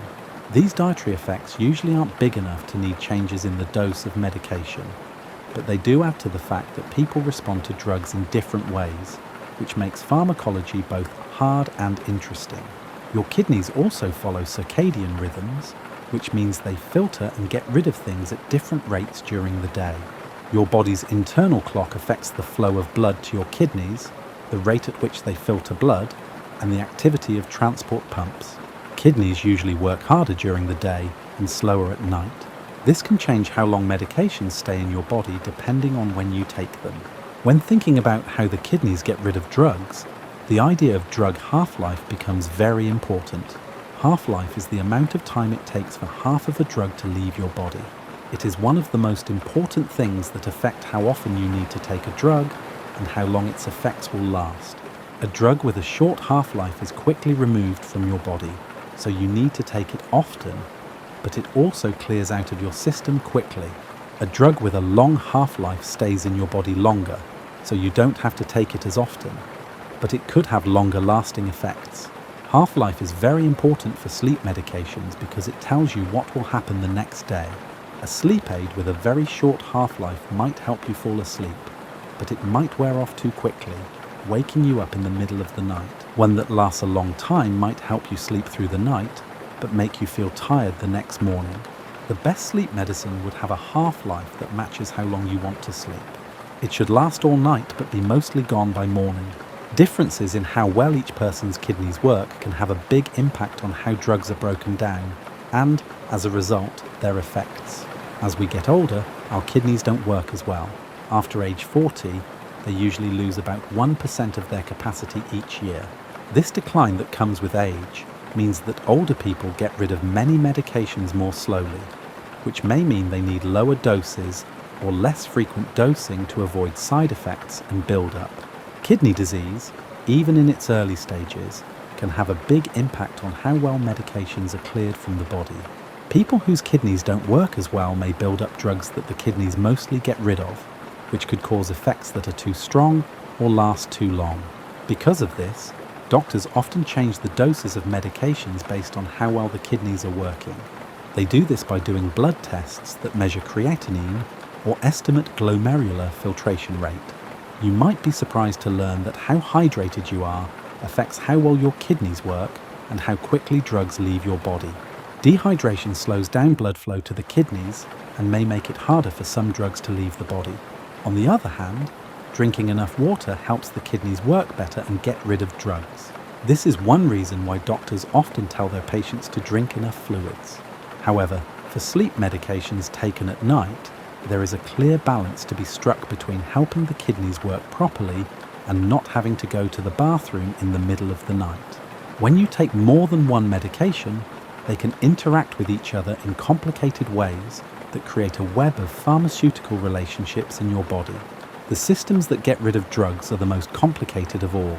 If you take more than one medicine, they don't just work on their own. They also fight for the same elimination pathways, like cars trying to get onto a busy highway. This competition can have important effects on health. If two drugs are both substrates for the same kidney transport pump, they might compete for elimination, which could cause both of them to build up to higher levels than expected. If one drug stops a transport pump from working, and another drug needs that pump to get rid of itself, the second drug could build up to dangerous levels. These drug-drug interactions aren't just things that doctors worry about. They're real situations that doctors need to think about when giving patients more than one medication. If you take a sleep aid by itself, it might work perfectly, but when you take it with other drugs that change how it is absorbed, metabolized, or eliminated, it might not work as well. There are also things that may not seem like they have anything to do with pharmacology that can affect how your body reacts to sleep medications. Your circadian rhythms, which are the internal biological clocks that control everything from hormone release to body temperature, have an effect on how drugs are absorbed, distributed, metabolized, and removed. Taking the same medicine at different times of the day can change how much is in your blood, how it works, and how long it lasts. Chronopharmacology is the study of how biological timing affects drug action. It is becoming more and more clear that this is important for getting the most out of medication therapy. At night, your stomach empties more slowly than during the day. This could change how quickly oral medications are absorbed. Your liver breaks down drugs differently when you're awake than when you're asleep. Your blood flow changes throughout the day, which affects how medicines get to different tissues. This time-related part of pharmacology is especially important for sleep drugs. Most of the time, you take these drugs at night when your body is getting ready for sleep, which is when it heals itself. Your heart and blood vessels are slowing down, your digestive system is becoming less active, and your brain is starting to make the complicated neurochemical changes that help you sleep. The sleep medicine becomes a part of this natural change, working with your body's own sleep-promoting processes instead of against them. Another interesting connection between sleep physiology and pharmacology is how temperature affects sleep. When you sleep normally, your core body temperature drops. This change in temperature affects how medications are absorbed and spread throughout the body. Your body's blood flow patterns change when it tries to keep heat in, which could change how quickly medicines get to their target tissues. Some sleep medications may actually make this natural drop in temperature stronger, which is one of the ways they help people sleep. The way sleep medications affect your body's natural sleep architecture shows how complex the interaction is between drugs and biological processes.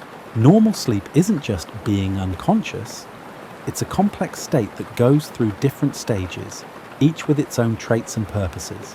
Stage 1 and Stage 2, non-REM sleep, also called light sleep, is the first step toward deeper sleep. Your brain waves start to slow down, your muscles stop working as hard, and your awareness slowly fades during these stages. Some sleep medications mainly work on the lighter stages of sleep, making it easier to go from being awake to being asleep, but they don't always make sleep deeper or longer. Slow-wave sleep, also known as deep sleep, has brainwaves that are very slow. It is thought to be very important for restoring the body, strengthening memories, and keeping the immune system healthy. Some sleep medications can actually stop this stage of sleep, which is strange because you might feel like you've slept well, but not gotten all the benefits of natural deep sleep. There are several cycles of REM sleep throughout the night, with longer and more intense REM periods in the morning. This is the stage of sleep when you have vivid dreams. This stage is very important for controlling emotions, processing memories, and growing the brain. Some sleep medications make REM sleep less likely to happen, while others have no effect on it at all. A few sleep medications may even make REM sleep last longer or be more intense. The occurrence of REM rebound exemplifies the intricate interplay between pharmacological agents and innate sleep mechanisms. When people stop taking sleep medications that keep them from having REM sleep, they often have a lot of very intense, frequent, or vivid dreams for a few nights, as their brain catches up on the REM sleep it missed. This rebound effect can be scary for people who don't expect it, but it's actually a sign of how well the brain can regulate itself and bring things back into balance. Sleep medications can also change the way the body naturally moves between different sleep stages. Normal sleep follows a pattern that can be predicted. Throughout the night, there are cycles of light sleep, deep sleep, and REM sleep. Some medications can mess up this natural cycle, which can make sleep feel less refreshing, even if you get enough sleep overall. When you think about how these drugs affect sleep architecture, the timing of when you take them becomes very important. If you take a medicine too early in the evening, it might work best before you're ready to sleep, which could make you sleepy too soon or make it hard for you to finish your evening tasks. If you take one too late, it might not work at its best until the middle of the night, which could make you sleepy the next day because the drug keeps working after you want to sleep. Different people have different sleep needs and patterns, which makes using sleep medications even more complicated. Some people are larks by nature, which means they like to go to bed early and wake up early. Others are owls, which means they like to stay up late and sleep in the morning. These chronotype differences aren't just preferences. They're real differences in how our internal biological clocks work, and they can change how sleep medications work. A drug that works well for someone who naturally stays up late might not work as well for someone who has an early chronotype. This isn't because the drug's pharmacology is different. It's because the person's brain is naturally ready for sleep at different times. The best sleep medicine is one that works with your body's natural sleep-wake cycles, not against them. There are many environmental factors that are often overlooked but can be clinically important in this pharmaceutical story. The temperature in your bedroom affects not only how comfortable you are, but also how well medications work and how they spread. Some medicines may take longer to work in cooler temperatures, while others may work faster in warmer temperatures. The amount of moisture in the air can affect how well some formulations dissolve, or how well transdermal medications are absorbed through the skin. Light exposure, especially at night, can make sleep medications work in strange ways. Bright light in the hours before bed can stop your body from making melatonin, which could make sleep medications less effective. On the other hand, dim light or darkness can make sleep aids work better by letting your body's natural sleep-promoting systems work with the medicine. The height at which you live can also affect how your body breaks down and uses medicine. When you go to higher altitudes, the lower oxygen levels can change how quickly medications are broken down by the liver. The lower air pressure can also change how well inhaled drugs work, but this is less important for most sleep aids. The social and psychological context of medication use adds another layer to our story. Taking a pill, especially one that a doctor you trust gives you, can cause changes in brain chemistry that can be measured. This is what we call the placebo effect, but calling it just a placebo effect makes it seem less important. This is a real neurobiological response that can make active drugs work better.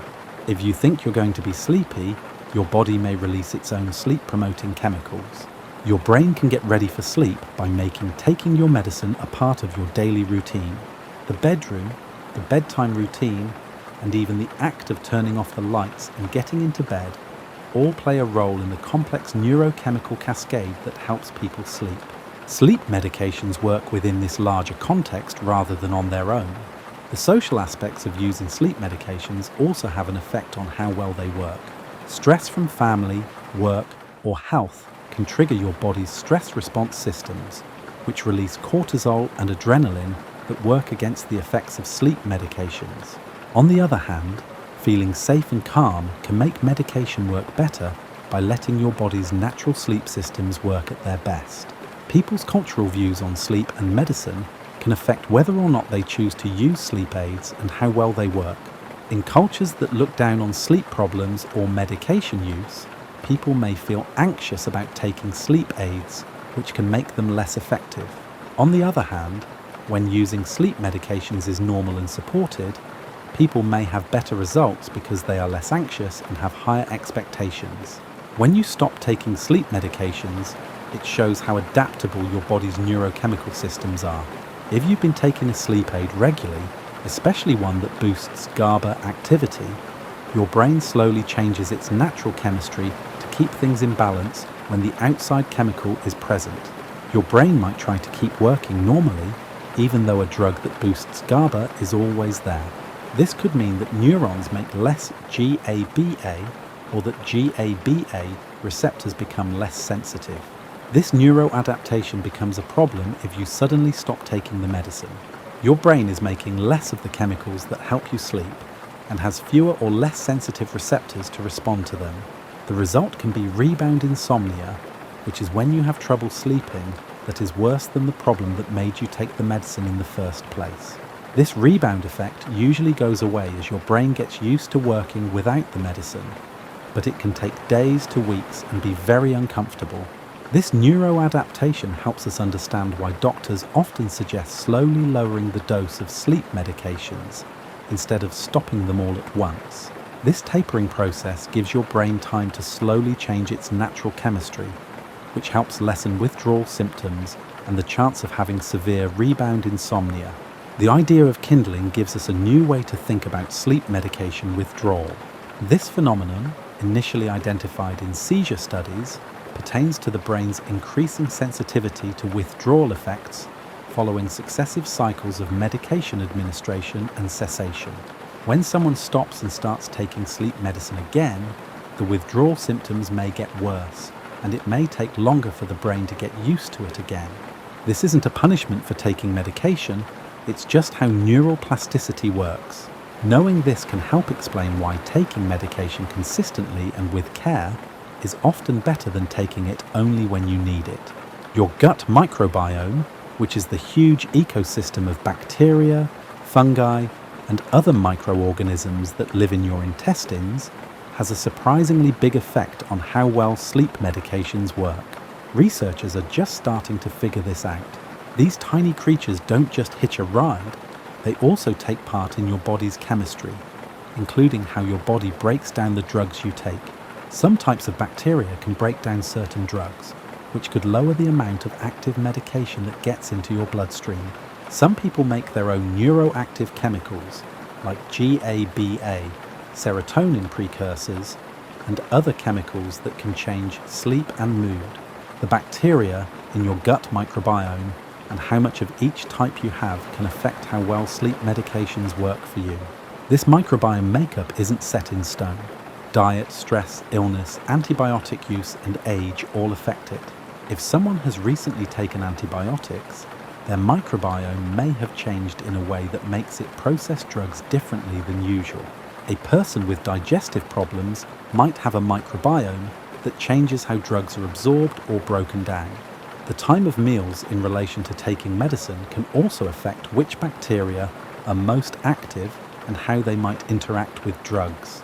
The gut-brain axis is a two-way communication network between your brain and your digestive system. It adds another layer to this story.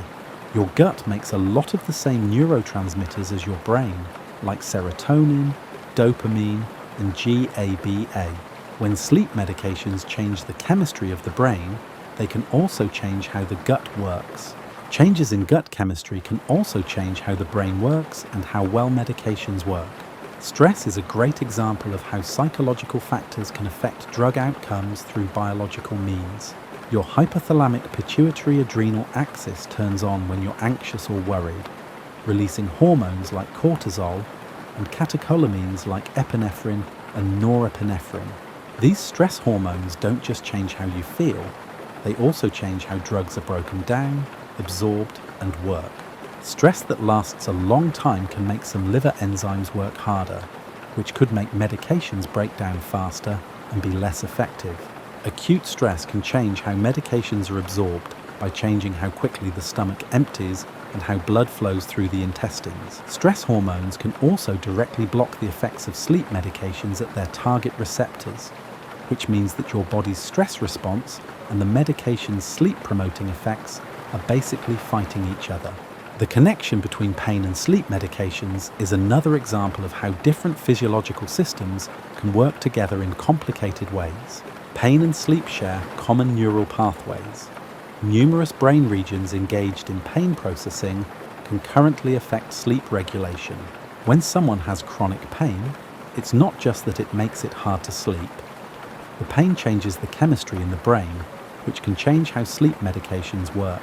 Some types of pain are caused by inflammation, and chemicals that cause inflammation can change how drugs are broken down and how brain circuits that control sleep work.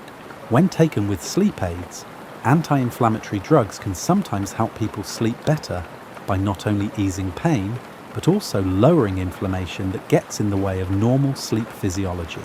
This shows why it's important to understand the whole person instead of just treating individual symptoms. Changes in hormones make sleep pharmacology even more complicated. Estrogen and progesterone, the main hormones that control female reproduction, both have an effect on sleep and how drugs are broken down. Estrogen can make some liver enzymes work better, which could change how quickly medications are broken down. Progesterone can make you sleepy on its own and make sleep medications that promote GABA work better. These hormonal changes help explain why many women notice that their sleep and medications work differently during their periods, pregnancy, or menopause. Some women find that they need lower doses of sleep medications during certain times of their menstrual cycle, when progesterone levels are high. On the other hand, when hormone levels drop, like during menstruation or menopause, you may need to take more of the drug to get the same effect. The pharmacological landscape during pregnancy is especially complicated.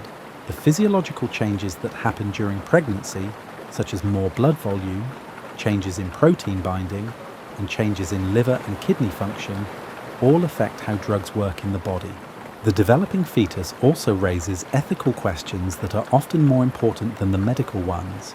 Most sleep medications cross the placenta and can have an effect on the baby's development. This means that the risk-benefit calculation is very different for pregnant women. There are problems that come up after giving birth. Taking care of a newborn can make people want to take sleep medications even more. But breastfeeding is another way that medications can affect someone other than the person who is supposed to be taking them.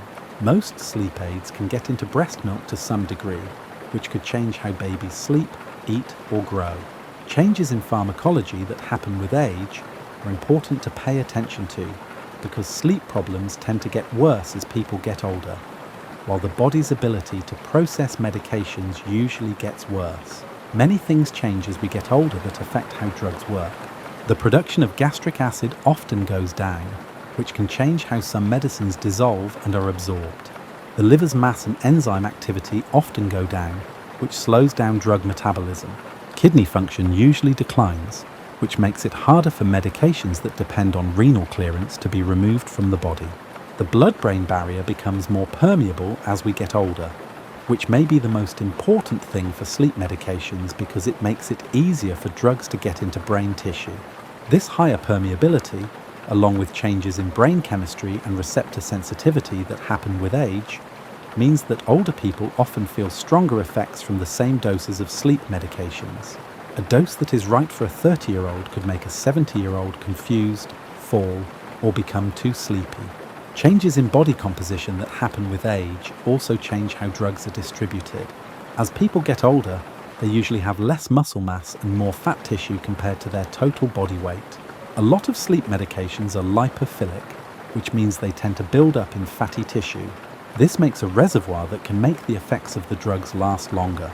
An older person may feel the effects of a sleep medication for a much longer time than a younger person, and they may even feel sleepy or have trouble thinking the next day.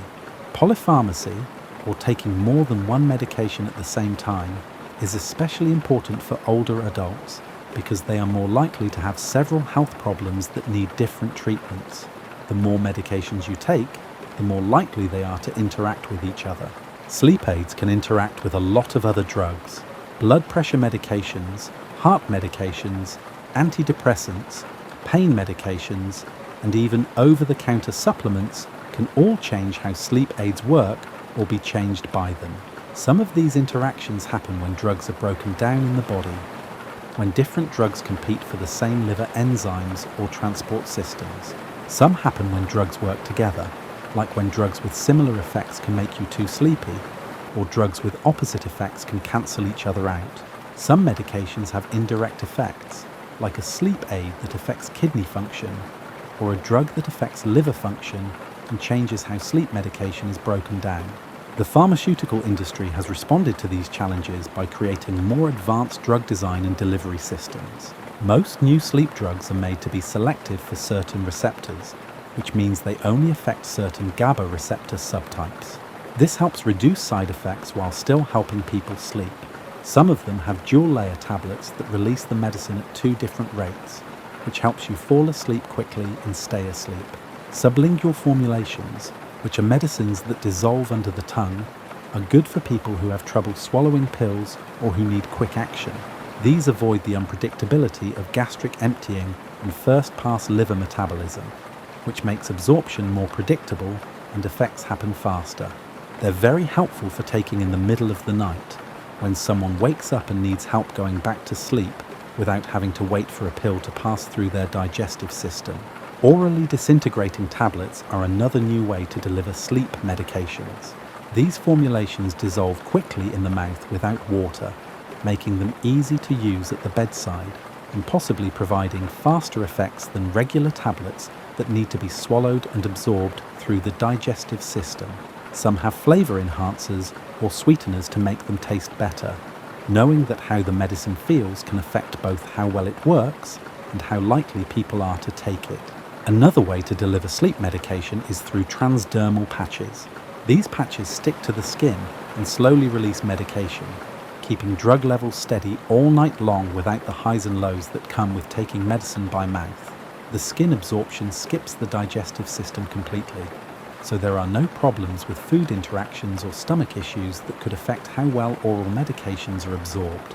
The most advanced pharmaceutical technology is the creation of drug delivery systems that can respond to biological signals. Researchers are looking into implantable devices that could release sleep medication when certain physiological signs of wakefulness are present, or oral formulations that only dissolve when certain pH or temperature conditions are met. These systems are meant to give medicine exactly when it's needed, so that people don't have to take it when they don't need it, and the therapeutic effects are as strong as possible.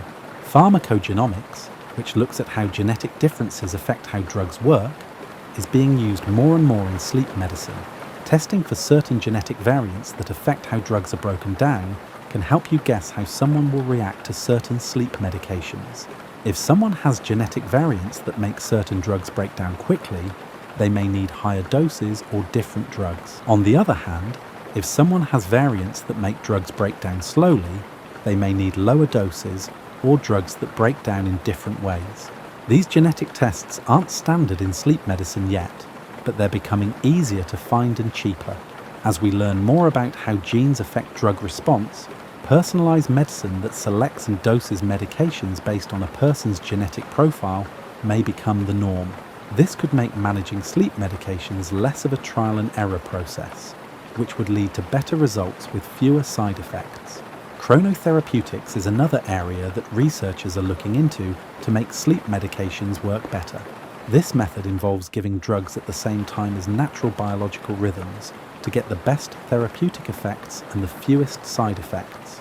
For sleep medications, this could involve creating formulations that release the drug in sync with the body's natural circadian rhythms, or timing doses to coincide with times when the brain is most open to signals that help people sleep. Some researchers are looking into the use of light therapy along with sleep medications. They want to see if they can change circadian rhythms by exposing people to light at the right times and then using drugs to improve sleep during the desired sleep period. Some researchers are looking into how the timing of meals can affect how well drugs work and how well they are absorbed. They want to use the body's natural rhythms in digestion to make sure that medications are delivered in the best way possible. The combination of technology and sleep medication management is making it possible to create more personalized treatments.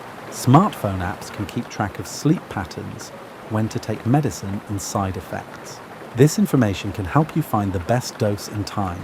Wearable devices can track things like heart rate, movement, and skin temperature, which can give you objective information about how well you sleep and how well your medication works. Some advanced systems are being made that could change how medicine is given based on real-time feedback from the body. Think about a system that could tell when you're having trouble falling asleep and give you a small dose of sleep medication on its own, or one that could keep track of your sleep stages all night and change the levels of medication to improve the quality of your sleep while making sure you wake up feeling alert in the morning. Another important part of pharmaceutical sleep management is the link between sleep medications and cognitive function. Different sleep aids have different effects on memory consolidation, learning, and how well you think the next day.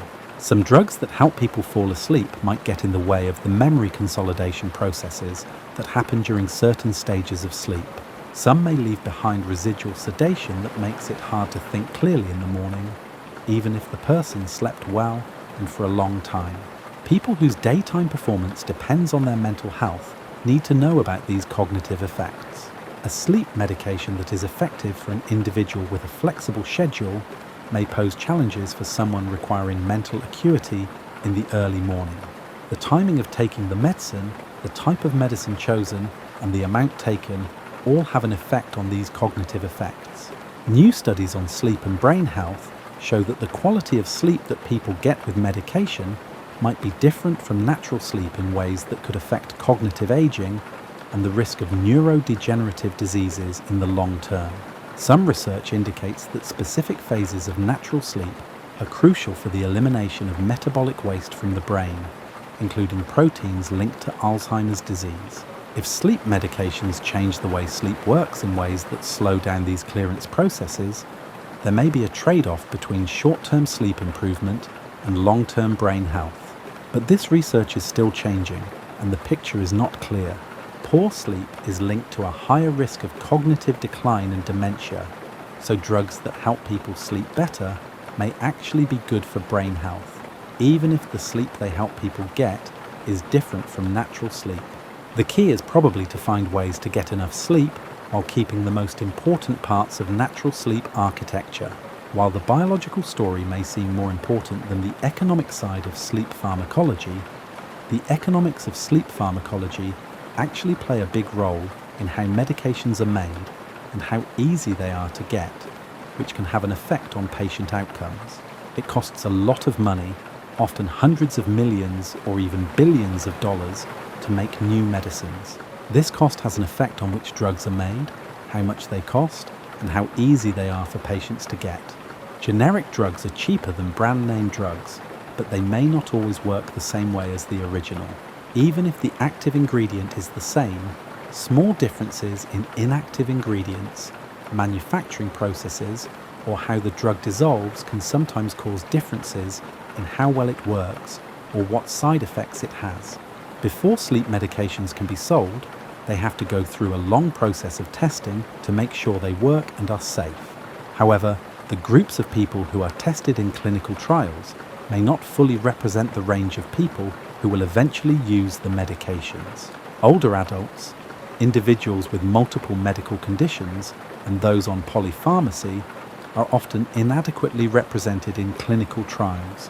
However, these demographics frequently utilize sleep medications and may exhibit distinct responses compared to the healthier, younger populations typically examined in research, post-marketing surveillance, which keeps an eye on side effects and effectiveness after drugs are approved and widely used, gives us ongoing information about how drugs work in real-life situations.